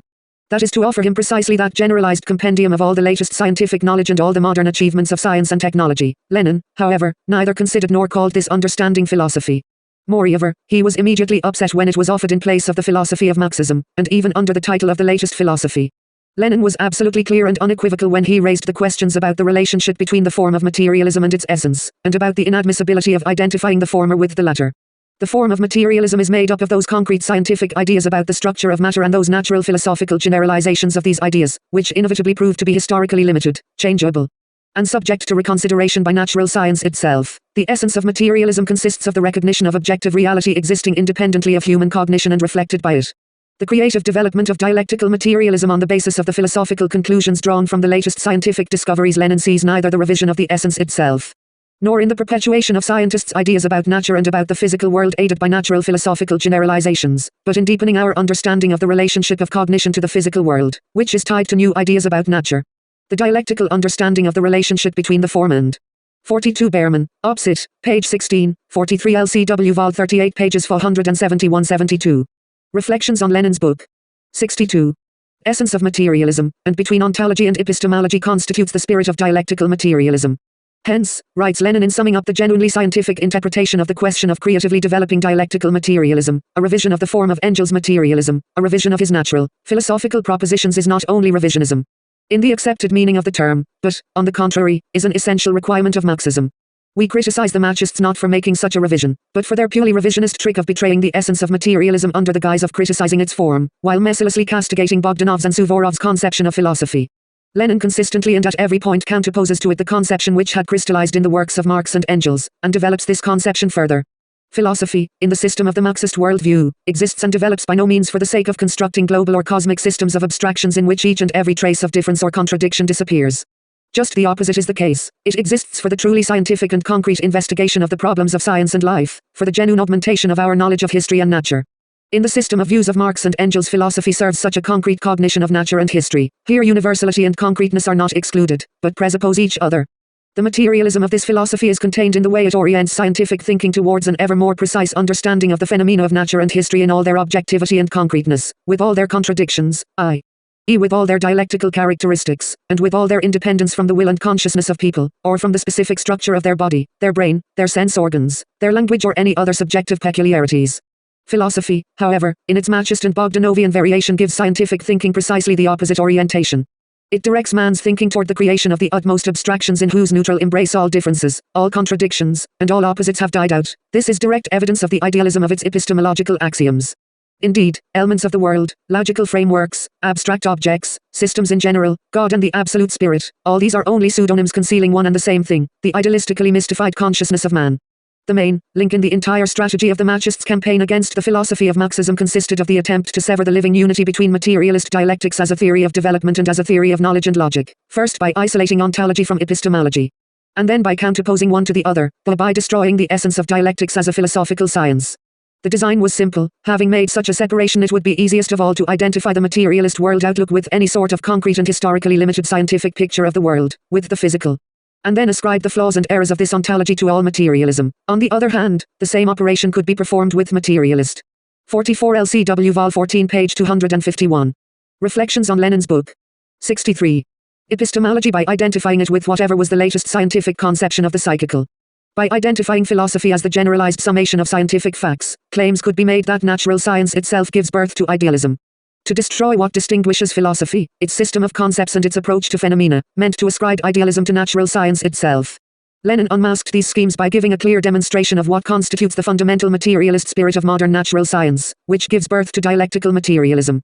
According to Lenin, the latest results of science, in themselves, or the positive facts, as such, are by no means subject to philosophical generalization. Rather, what is subject to philosophical generalization is the development of scientific knowledge, the dialectical process of the ever more profound, all-sided and concrete comprehension of the dialectical processes of the material world. So that it cannot be excluded that even tomorrow natural science itself will re-evaluate its results in a negative manner, while interpreting the revolution in natural science from the standpoint of dialectical materialist philosophy. Lenin draws generalized conclusions about how the objective content of scientific knowledge can be fixed and evaluated only from the standpoint of the dialectical materialist theory of knowledge, which reveals the dialectics of objective, absolute and relative truth. He shows how ontology is just as inseparably connected with epistemology, as the categories expressing the dialectical nature of truth are connected with objective dialectics. To include the negative in the conception of the positive, without losing the unity of opposites, is impossible without an epistemological approach to the ontology of scientific knowledge.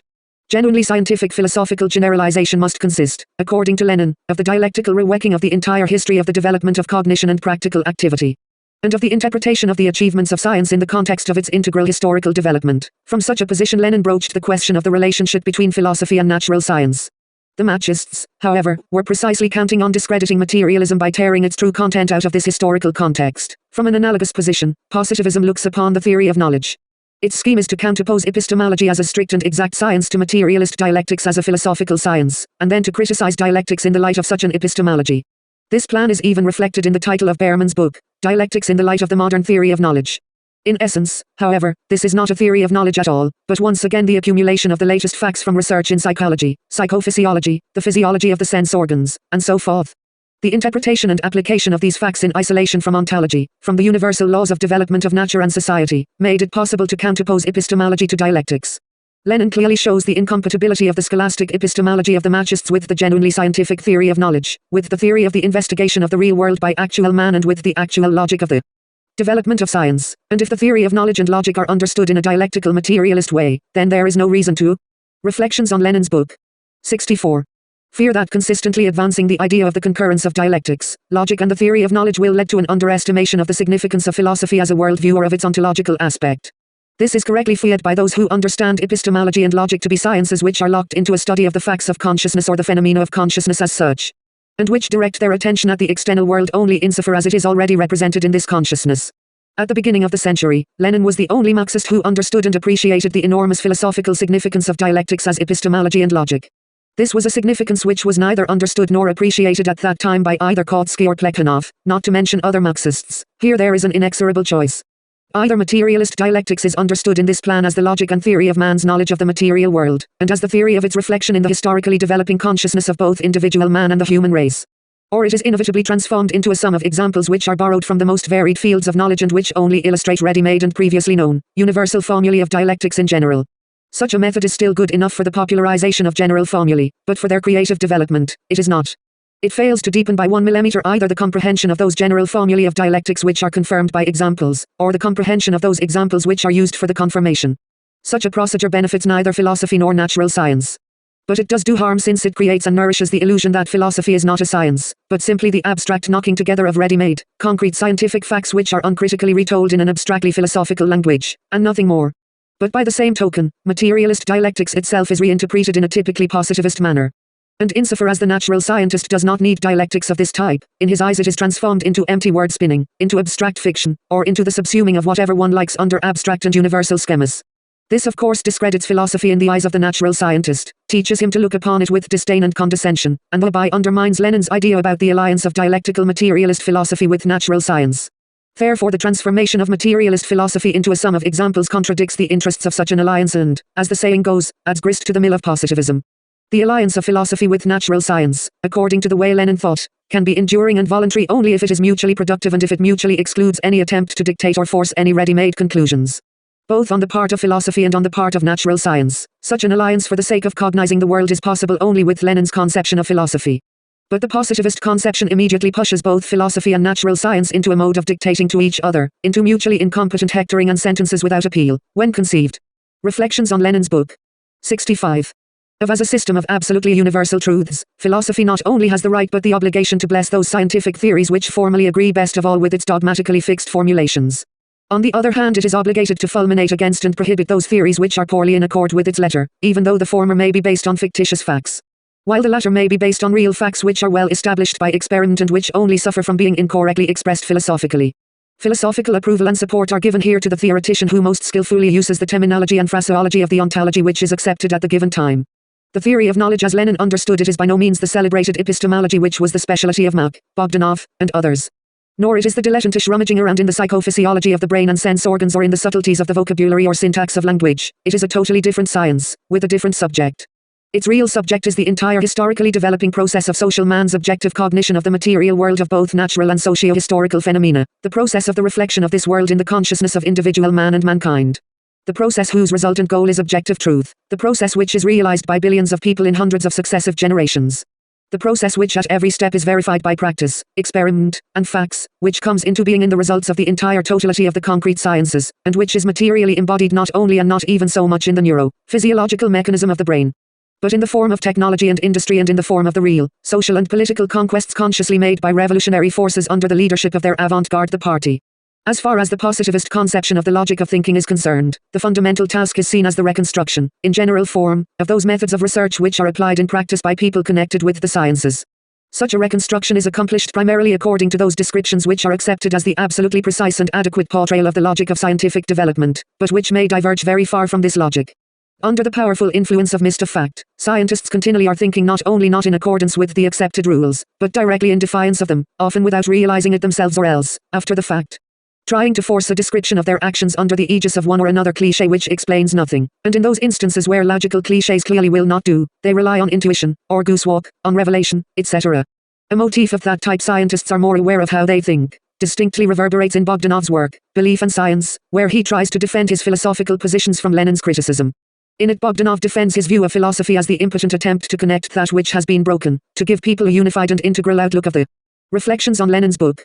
66. World, to destroy the partitions which have isolated human experience in locked cells, to fill up the chasms of thought and to erect a bridge reaching from it to being, which is mysterious and threatening in its infinite complexity. It is obviously inconceivable to do all this within the framework of any specialty. Proceeding from such ideas about philosophy, Bogdanov counterposes to Lenin's epistemological analysis only loud declamations, which from the beginning reject Lenin's criticism of his positions as incompetent insofar as this criticism, he says, proceeds from the philosophical erudition of the workshop. Bogdanov does not wish to listen to people who understand the study of philosophy to be the reading of books, and philosophical work to be the writing of new books of this type on the basis of those which have been read. Marxists must renounce such a naive conception with the least difficulty. They must know very well that philosophy is an ideology, that is a superstructure, or something derived, and that it is ridiculous therefore to construct it out of itself.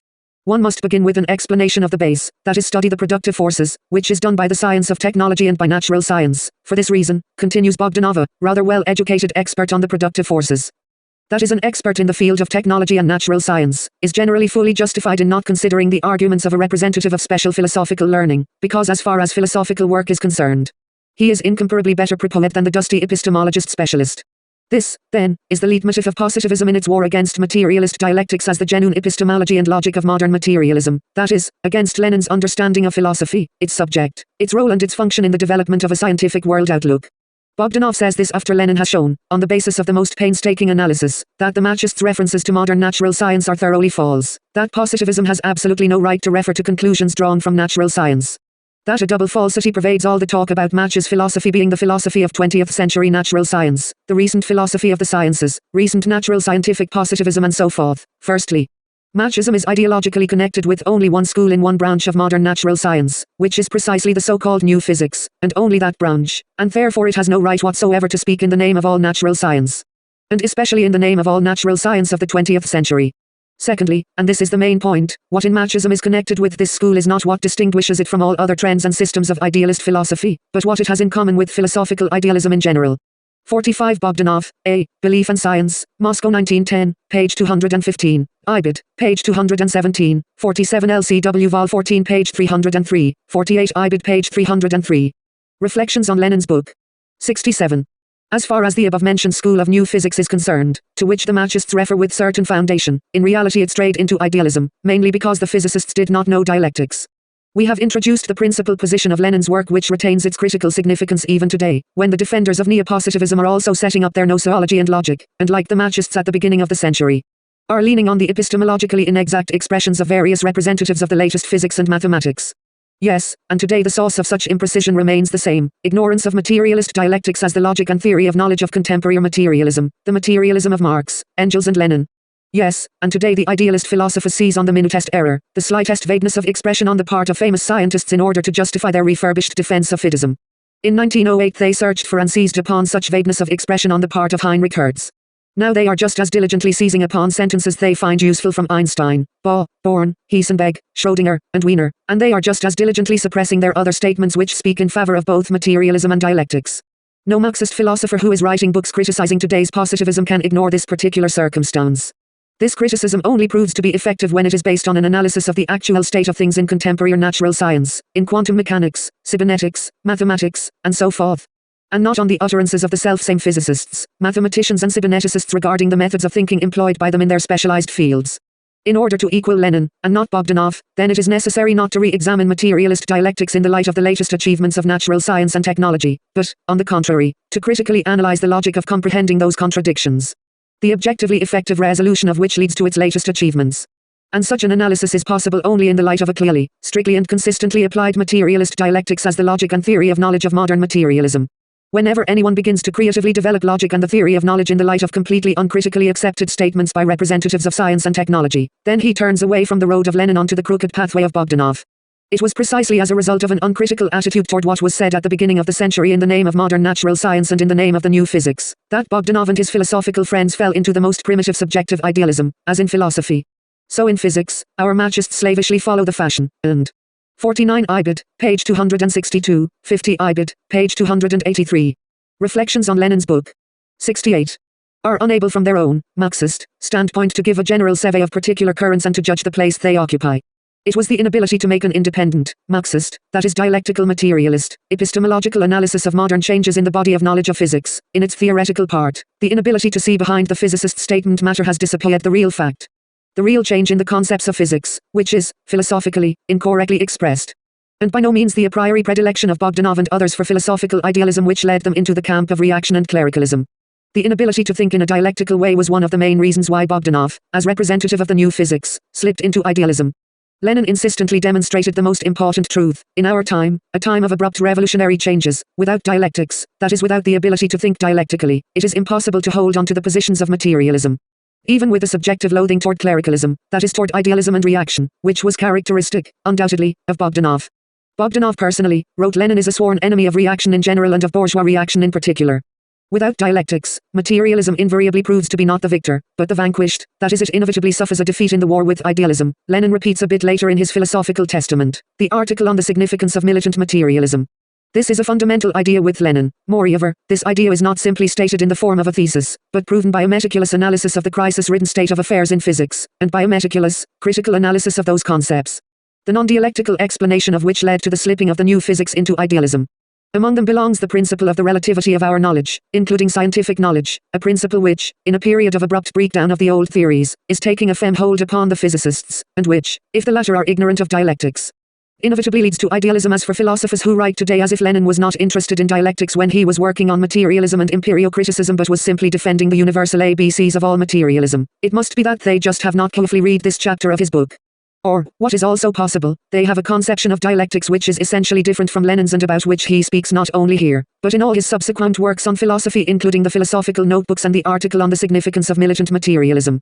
The conception of dialectics as the logic and theory of knowledge of modern materialism, which permeates the entire text of Materialism and Empirio-Criticism, was formulated a bit. 51 LCW Vol 14 page 302, 52 LCW Vol 14 page 326, IBIT, page 308. Reflections on Lenin's book. 69.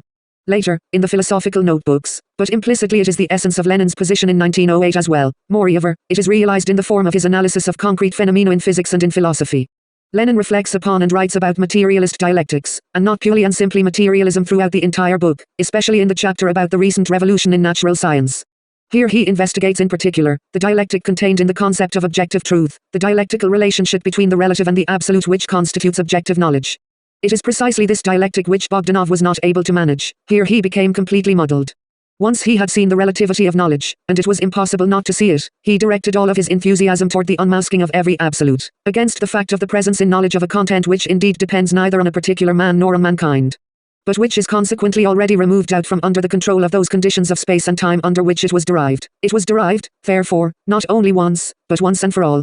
This, then, is what Bogdanov, or any other positivist, is fundamentally incapable of imagining or digesting, and he was incapable of imagining this because of his fundamental rejection of dialectics.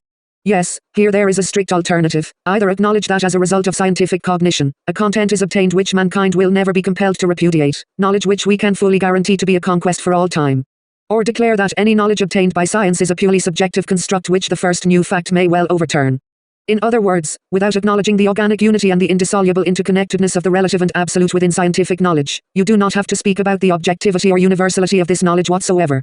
Any possibility of distinguishing truth from a subjective idea is destroyed. The experimental and practical verification of the knowledge is impossible. There is not and cannot be anything objective among our ideas. Bogdanov disassociates himself from what he finds to be the unpleasant dialectic of the relative and the absolute in the development of scientific knowledge by means of diatribes against all absolutes. Although along with these absolutes he is forced to fulminate against the thesis of the very possibility of objective truth, this question by no means centers on whether this or that concrete truth is objective. The central point being discussed is about the fundamental possibility of objective truth in general. According to Bogdanov, any truth is either objective or purely subjective, no third is given. The attempts to search for this third by way of investigating the development of cognition, the transformation of the objective into the subjective and vice versa, is for him, as well as for Behrman, only an insidious fabrication of Hegelian speculation.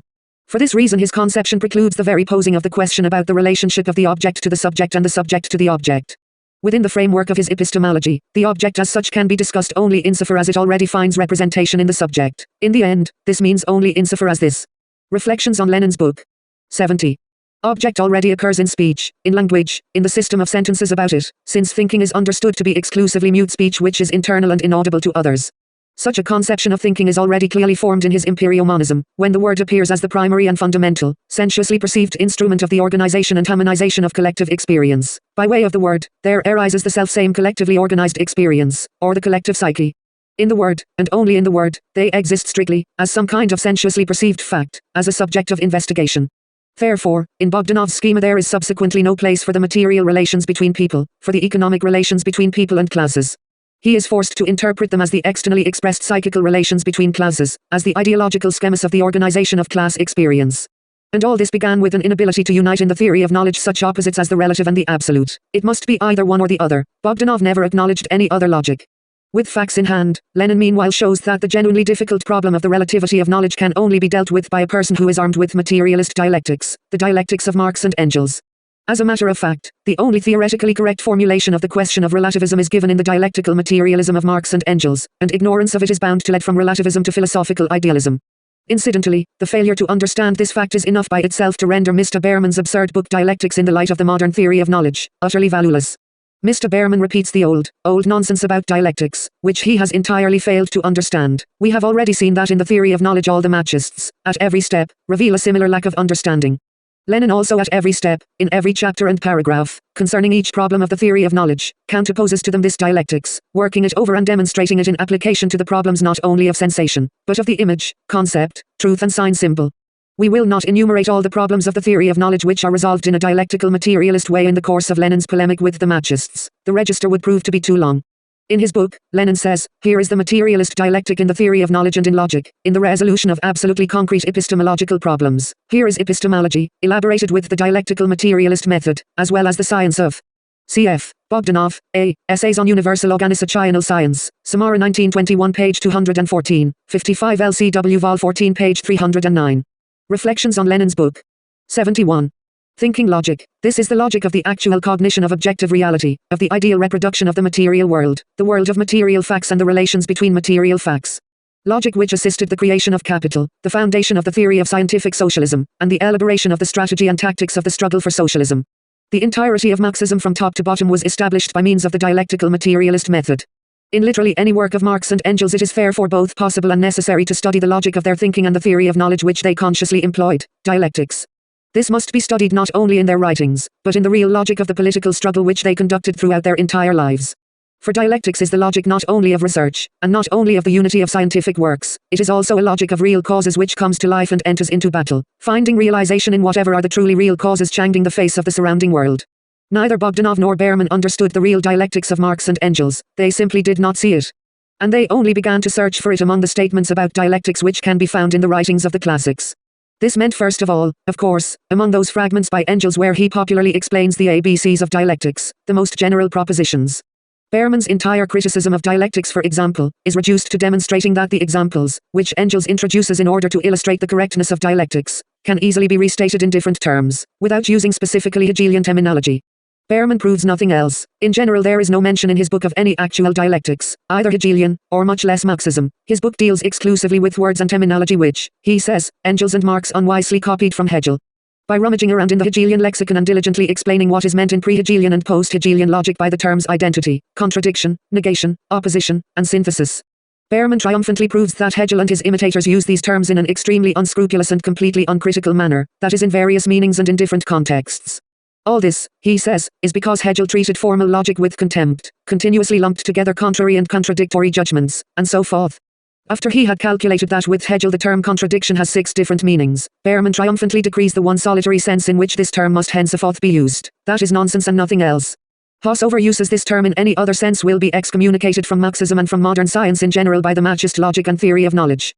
Let the reader judge for himself whether this absurd little book by Mr. Berman, which sets forth such old nonsense, deserved special and serious refutation on Lenin's part.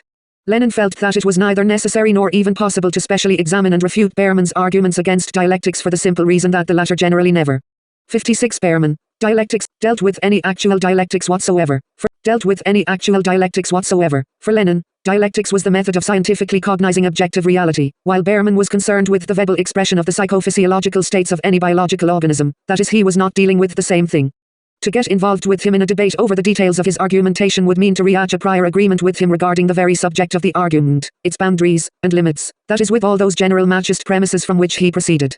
But Lenin had after all already smashed to smithereens these self-same premises by counterposing to them the dialectical materialist form, as it is concretely applied to the examination of epistemological problems. Lenin counterposes to the Machist diatribes about logic and the theory of knowledge, the dialectical materialist conception of the essence of those problems which genuine scientific cognition runs up against. He shows that dialectics with elemental force intrudes upon the thinking of scientists precisely as the logic of thought which alone allows them to find and grope their way to a truly radical escape from the crisis embracing natural science, the cognition of nature, and physics in particular. Lenin sees the task which the 20th century has placed before philosophy to be the careful elaboration of dialectics as the logic of scientific thought and as the genuinely scientific theory of knowledge capable of helping natural science to find its way out of its crisis-ridden state. The Machist logic and theory of knowledge suggest to natural science only imaginary and purely verbal means of resolving the disagreements, conflicts and contradictions that have arisen within it. This is because the Machists see the actual presence of contradictions only within the verbal, terminological formulation of knowledge, but not within the very essence of the makeup of this knowledge. Not within the attributes of concepts. For this reason materialist dialectics orients the thinking of the scientist toward a sharp and clear explanation of contradictions and thereby directs the search for a completely concrete way to resolve them in a new and more profound knowledge. Machist logic is nothing more than the purely formal harmonizing of the verbal expression of whatever knowledge is at hand. It is incapable of pushing it on. Its way is purely nominal elimination of contradictions which have already appeared in concepts, at the expense of the verbal manipulation of signs, symbols, hieroglyphs, and at the expense of forcible changes in the historically developed names of things in science. Positivism is unsuccessfully working on the technique of such an elimination of contradictions even to this day. As a theory of knowledge and logic, positivism has therefore played and continues to play what is essentially a retrograde role in the development of science. At best, this has been a conservative role, but more frequently it has been out-and-out reactionary, because the formal apparatus which it elaborates is fine for many things, but not for a critical analysis of the modern level of knowledge, and not for revealing the contradictions contained within this knowledge. Reflections on Lenin's book. 73. The attitude of every form of positivism toward the current state of scientific knowledge is essentially and fundamentally apologetic. Where an actual crisis has matured in the development of knowledge, where concepts, schools and tendencies are essentially coming into collision, positivism sees only uncontradictory peace and tranquility, only the movement forward. It has neither the ability nor the desire to examine this movement in all its real and dramatic complexity, with all its contradictions and zigzags, with all its roundabout and often even backward maneuvers and evolution.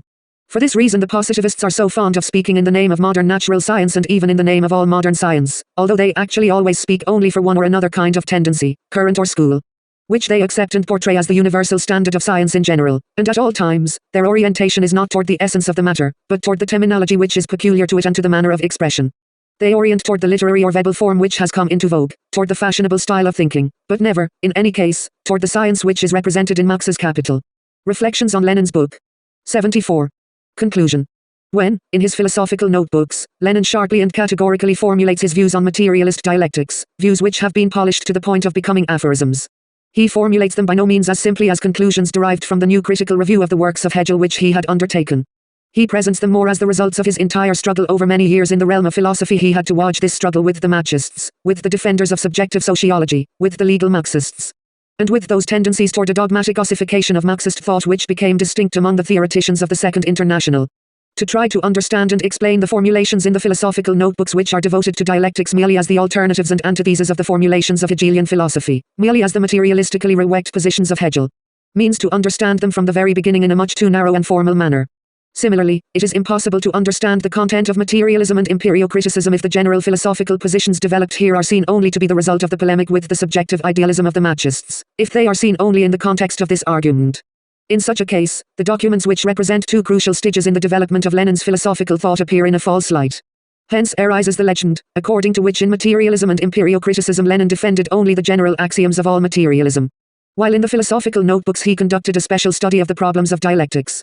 And that is why the basic propositions of these two crucial philosophical works must be considered only within the framework and boundaries of the corresponding investigation.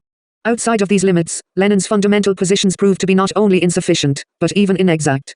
For instance, the concept of matter which is elucidated in Materialism and Empirio-Criticism is supposedly one-sided and only in its epistemological aspect.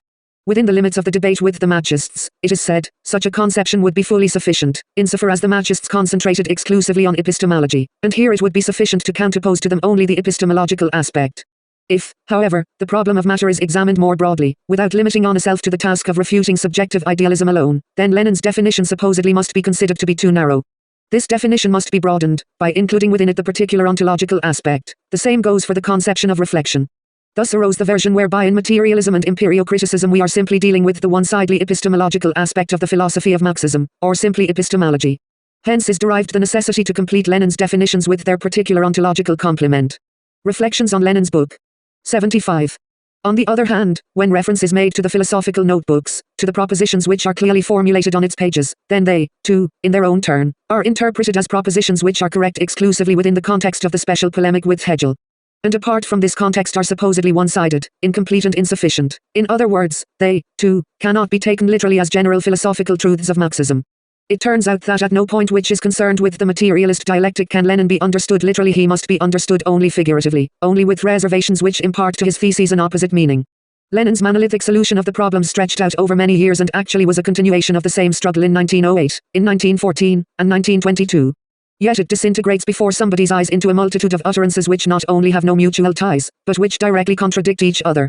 The task of reconstructing Lenin's genuine views of materialist dialectics becomes transformed into a purely formal job of coordinating his various statements concerning this subject. This is what happens when Lenin's actual conception of the essence of materialism and dialectics is detected in neither Materialism and Empirio-Criticism nor the philosophical notebooks. At one time Berman and Bogdanov read corresponding statements in Anti-Düring and Capital, but they were unable to tie them together within the framework of a unified and consistent conception, for they saw formal logical contradictions between these statements. In addition, they had earlier driven into their heads an anti-dialectical understanding of logic which is reduced to the fact that logic is the science of the specific forms and laws of thinking, which in turn is understood as a purely subjective process, immediately given to the logician in the form of the movement of words, terms, and sign symbols. If it is precisely this which is understood by the term logic, and all other meanings of the term are declared a priori to be illegitimate and incorrect, then, yes, Lenin's propositions, in which the given term is used, do indeed prove to contradict one another. However, Lenin understood logic to be something else and never considered the interpretation described above to be the only correct explanation. Following Engels and Marx as opposed to Mach and Berman, Lenin always understood logic both as the science of the forms and laws of development of the actual thinking accomplished by mankind and as the subject of investigation by the specialized logician who was resisting him. In the form of the history of all human culture, science, technique, law, art, and so forth. In other words, as an investigation in the form of the historically developed forms of collective consciousness. Laws which are independent of will and consciousness and which act in cognition with the force of objective necessity, while finally forcing a way through into individual thinking. These laws are for Lenin his logic laws and logical forms. These are not those methods which are consciously applied in practice by this or that person, this or that historically given association of thinking individuals, not those specific laws of thinking which are by no means studied either in philosophy or in dialectics, but most of all in psychology. But in reading Lenin, all the words he uses must be understood precisely as Lenin understood them, and if they are read in that way, then the propositions, according to Reflections on Lenin's book 76, as well as the article on the which dialectics is both the logic and the theory of knowledge of modern materialism that is of Marxism, are the most precise terminological expression of Lenin's position, which runs throughout the entire text of Materialism and Empirio-Criticism, and the philosophical notebooks, as well as the article on the significance of militant materialism. The theory of knowledge, if it pretends to be a science, that is a conception of the forms and laws of development of cognition and not simply a description of psychophysiological, linguistic or psychological conditions of cognition, also must be nothing but a science of the universal laws of development of general spiritual culture. But in this conception, the theory of knowledge also coincides with the science of thinking, and thereby with dialectics. The latter is both historically and essentially nothing but the totality of the universal laws reflected in the course of development of mankind's spiritual culture. Dialectics is also the totality of the forms of natural and socio-historical development in its universal form. For this reason the laws of dialectics are laws of development of things themselves, the laws of development of the self-same world of natural and historical phenomena. These laws are realized by mankind and verified as to their objectivity by the practice of transforming both nature and socio-economic relations. Logical parameters of thinking are the name for those schemas, and laws to which the process of thinking is subordinated, regardless of whether we want it or not. This happens even despite our wishes, and even independent of whether we are conscious of them or not, whether we understand them correctly or not, whether we put them into words precisely or not. However, there is a big difference, whether we subordinate ourselves to these laws in our conscious thinking or whether they act in this thinking in spite of the norms and laws which we consciously apply. In the first instance, the logical laws are realized by us freely, orienting our cognition toward the reflection of the dialectics of the external world, and in the second instance they impose themselves on us forcefully, breaking our consciously applied methods and rules, compelling us to subordinate ourselves to the dialectical laws against our will, under the powerful pressure of facts, experimental data, material interests and other circumstances which are external to our conscious will. In analyzing the crisis of physics, Lenin demonstrated the extreme importance of the fact that, in their own field, at every step, scientists are forced to think not only in disagreement with the logic and theory of knowledge which they consciously advocate, but in direct opposition to all its axioms and postulates. And, as long as he is thinking as a physicist, even Mach forgets all about the principles of the economy and simplicity of thought, about the ban on contradiction and so forth. Through this gap between consciously advocated epistemological doctrine and the real logic of thinking, dialectics spontaneously works its way and penetrates into scientific thinking. Hence a paradoxical phenomenon arises. Dialectics becomes the actual logic of the development of physics even under conditions where an individual physicist in his conscious logical orientation remains a positivist, that is an anti-dialectician, forced, indeed. Reflections on Lenin's book 77. To think dialectically, he does this, however, with extreme reluctance, resisting, showing opposition and even trying to justify the involuntary course of thinking in their own terminology, in the positivist system of logical and epistemological ideas. Lenin proves that to be consciously guided in cognition and in practice by dialectics which is understood precisely as logic, as the theory of knowledge and practice, is preferable and more useful for natural science than, after long opposition to it and against one's will, to subordinate oneself to this logic as if to the elemental force of the process into which we are all drawn and in which we all participate, whether according to our own free will or against it. Lenin understood perfectly well that this is the same relationship which exists between the spontaneous workers' movement, which is pushed slightly in the direction of socialism, by the powerful pressure of the entire accumulation of objective circumstances, and the theory of scientific socialism, which is actively introduced into the consciousness of the working class from without, by theoretical consciousness. This conception, which both economism and Menshevism lacked, has the most direct relationship to Lenin's resolution of the question about the relationship of the theory of knowledge to that real cognition which is carried out by the natural sciences. In his attempts to defend Marxist positions in the theory of knowledge from Lenin's criticism, Bogdanov recalls one episode from the polemic between two political fractions of the Russian Marxists. The Bolshevik and Lenin once said in the book What is to be done that the working class is incapable, independently, without the help of the socialist intelligentsia, of raising itself above the ideas of trade unionism and arriving at the socialist ideal. This phrase escaped completely by accident, in the heat of the polemic with the economists. It had no organic ties with the fundamental views of the author. This did not prevent the Menshevik writers from concentrating their exultant polemic over the next 3 years on Lenin's statement, with which he supposedly proved for all time the anti-proletarian character of Bolshevism.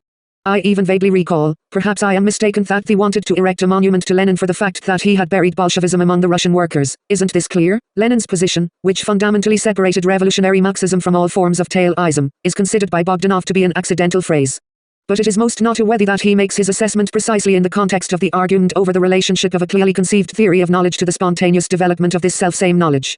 Everywhere, he says, there is the same accidental statement, for according to Bogdanov, the working class is capable, on its own, of elaborating a truly proletarian worldview, without the active assistance of any of the intelligentsia there. And natural science is also capable on its own, from a self-analysis of its methods, to elaborate a scientific epistemology without the assistance of Dusty. 57 Bogdanov, A. Belief and Science, page 133-34. Reflections on Lenin's book. 78. Epistemologists. He gives the example of Mach as the model of such a genuinely scientific epistemology and theory of knowledge. In his theory of the workers' movement, Bogdanov objectively draws nearer to what Lenin aptly and precisely designated as the position of tailism in the workers' movement and as the propagation of the advantages of spontaneity over a theoretically conscious foundation. The Russian Marxist preached the same thing in discussing the role of the theory of knowledge in the development of knowledge. Here we find the purest tailism in philosophy, condemning it to the role of a vehicle for natural science. And a very heavy vehicle besides, which, because of its lack of maneuverability, hinders the offensive of the natural sciences against the secrets of nature. In the same way, the political tailism of Plekhanov and Bogdanov in 1917 clearly showed that it could play no other role than that of heavy chains on the legs of the revolutionary proletariat. Here the analogy is perfect. Precisely because of his Marxist view of consciousness and cognition, Bogdanov was forced to set his hopes on the fact that natural science, by virtue of its own objectively necessary striving, would develop by itself, without the assistance of philosophers, a theory of knowledge. And do this even better than the philosophers. Here the connection between his political and philosophical tailism is evident. On the other hand, what is also evident is the organic interconnection which exists between Lenin's basic line of argumentation in Materialism and Empirio-Criticism and his aphorisms about dialectics which appear in the philosophical notebooks. When Lenin writes there that dialectics is the theory of knowledge of Marxism, this is the aspect of the matter to which Plekhanov, not to speak of other Marxists, paid no attention. Then this is by no means an accidental statement, but an extremely precise expression of the author's basic positions, the essence of his views on dialectics, the same essence of the matter which Lenin defends in Materialism and Empirio-Criticism. It is there that he both criticizes Bogdanov and his co-thinkers for their complete ignorance of this essence, and that he reproaches Plekhanov for the fact that, although he correctly defends materialism, he turns no attention to dialectics specifically as a theory of knowledge. The general inability to pose the question about the relationship of dialectics to the recent revolution in natural science, for which Lenin reproached Plekhanov, has its roots precisely here, in the ignorance of dialectics as the theory of knowledge and the logic of modern materialism. Hence the inability of Plekhanov to counterpose the materialist theory of knowledge to Marxist epistemology, and to develop a genuinely positive counter-conception to the Marxist ideas about the bonds between philosophy and natural science. His criticism of Marxism remains, in essence, purely negative and destructive, without suggesting anything in place of what has been destroyed. 58 LCW Vol 38 page 362. Reflections on Lenin's book. 79. In place of the Marxist conception of cognition which he demolishes, and in the course of this destruction, Lenin gives an explanation of dialectics as the genuine theory of knowledge and logic of Marx and Engels. This is the advantage of Lenin's criticism of Marxism over Plekhanov's. The philosophical notebooks continue the same line. It is here that the following is written. This aspect of dialectics usually receives inadequate attention. The identity of opposites is taken as the sum total of examples. For example, a seed. For example, primitive communism. The same is true of Engels. But it is in the interest of popularization, and not as a law of cognition ever newer and newer examples, confirming the correctness of universal dialectical propositions about development, can be introduced without end, but the essence of the matter consists in revealing dialectics as the system of the laws of motion of cognition, which reflect the universal laws of the objectively developing world. Dialectics is not the totality of purely subjective methods and rules applied in cognition by any scientist. The scientist actually knows the methods and rules of scientific cognition better than any specialist in epistemology. The scientist need not learn these methods and rules from philosophy. From the materialistically explained theory of knowledge he can on the other hand learn something else, the dialectical conception of the logic of scientific thought, which, according to Lenin, is a synonym for dialectics. The reader who has not understood from the very beginning that materialism and Empirio-Criticism deals specifically with this question, will understand virtually nothing in this work. In their conception of logic, Bogdanov and Behrman therefore remained with the positions of formal logic, interpreted in a subjective idealist manner as the sum of norms and postulates which reflect nothing in reality, and are nothing more than artificial rules, which we must observe if we want to obtain the Machist ideal of scientific cognition, the elimination of all contradiction among statements of any type. Both men therefore remain, in their conception of the theory of knowledge within the system of ideas of introspective psychology, that is with the notions, essentially, of archaic psychology translated into the language of physiological terms. Of course, after such a verbal translation from one language to another, these notions appear just as before to be subjective, even though they find the verbal form of materialistically and objectivity interpreted ideas. A similar method remains the immutable conquest of every type of positivism even to this day.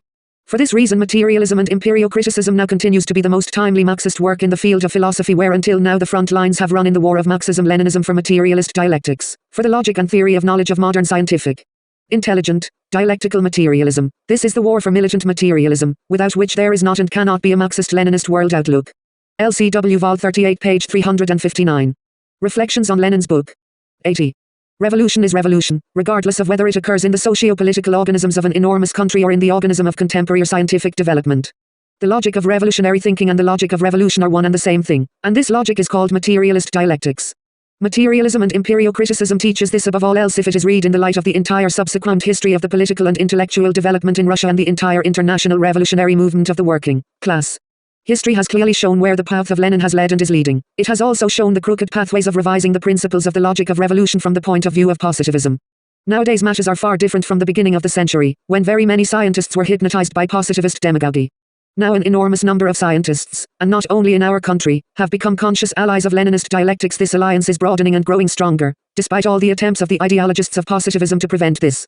Such an alliance is invincible, and the duty of philosophers is to widen and strengthen it. This is the heart of Lenin's testament, and the main lesson of his brilliant book. From this point of view it is necessary to read and reread it. It is alive, just as the scientific cognition of nature and society is alive and will continue to live, just as the international communist movement is alive and will continue to live, bringing scientific socialism into realization throughout the world.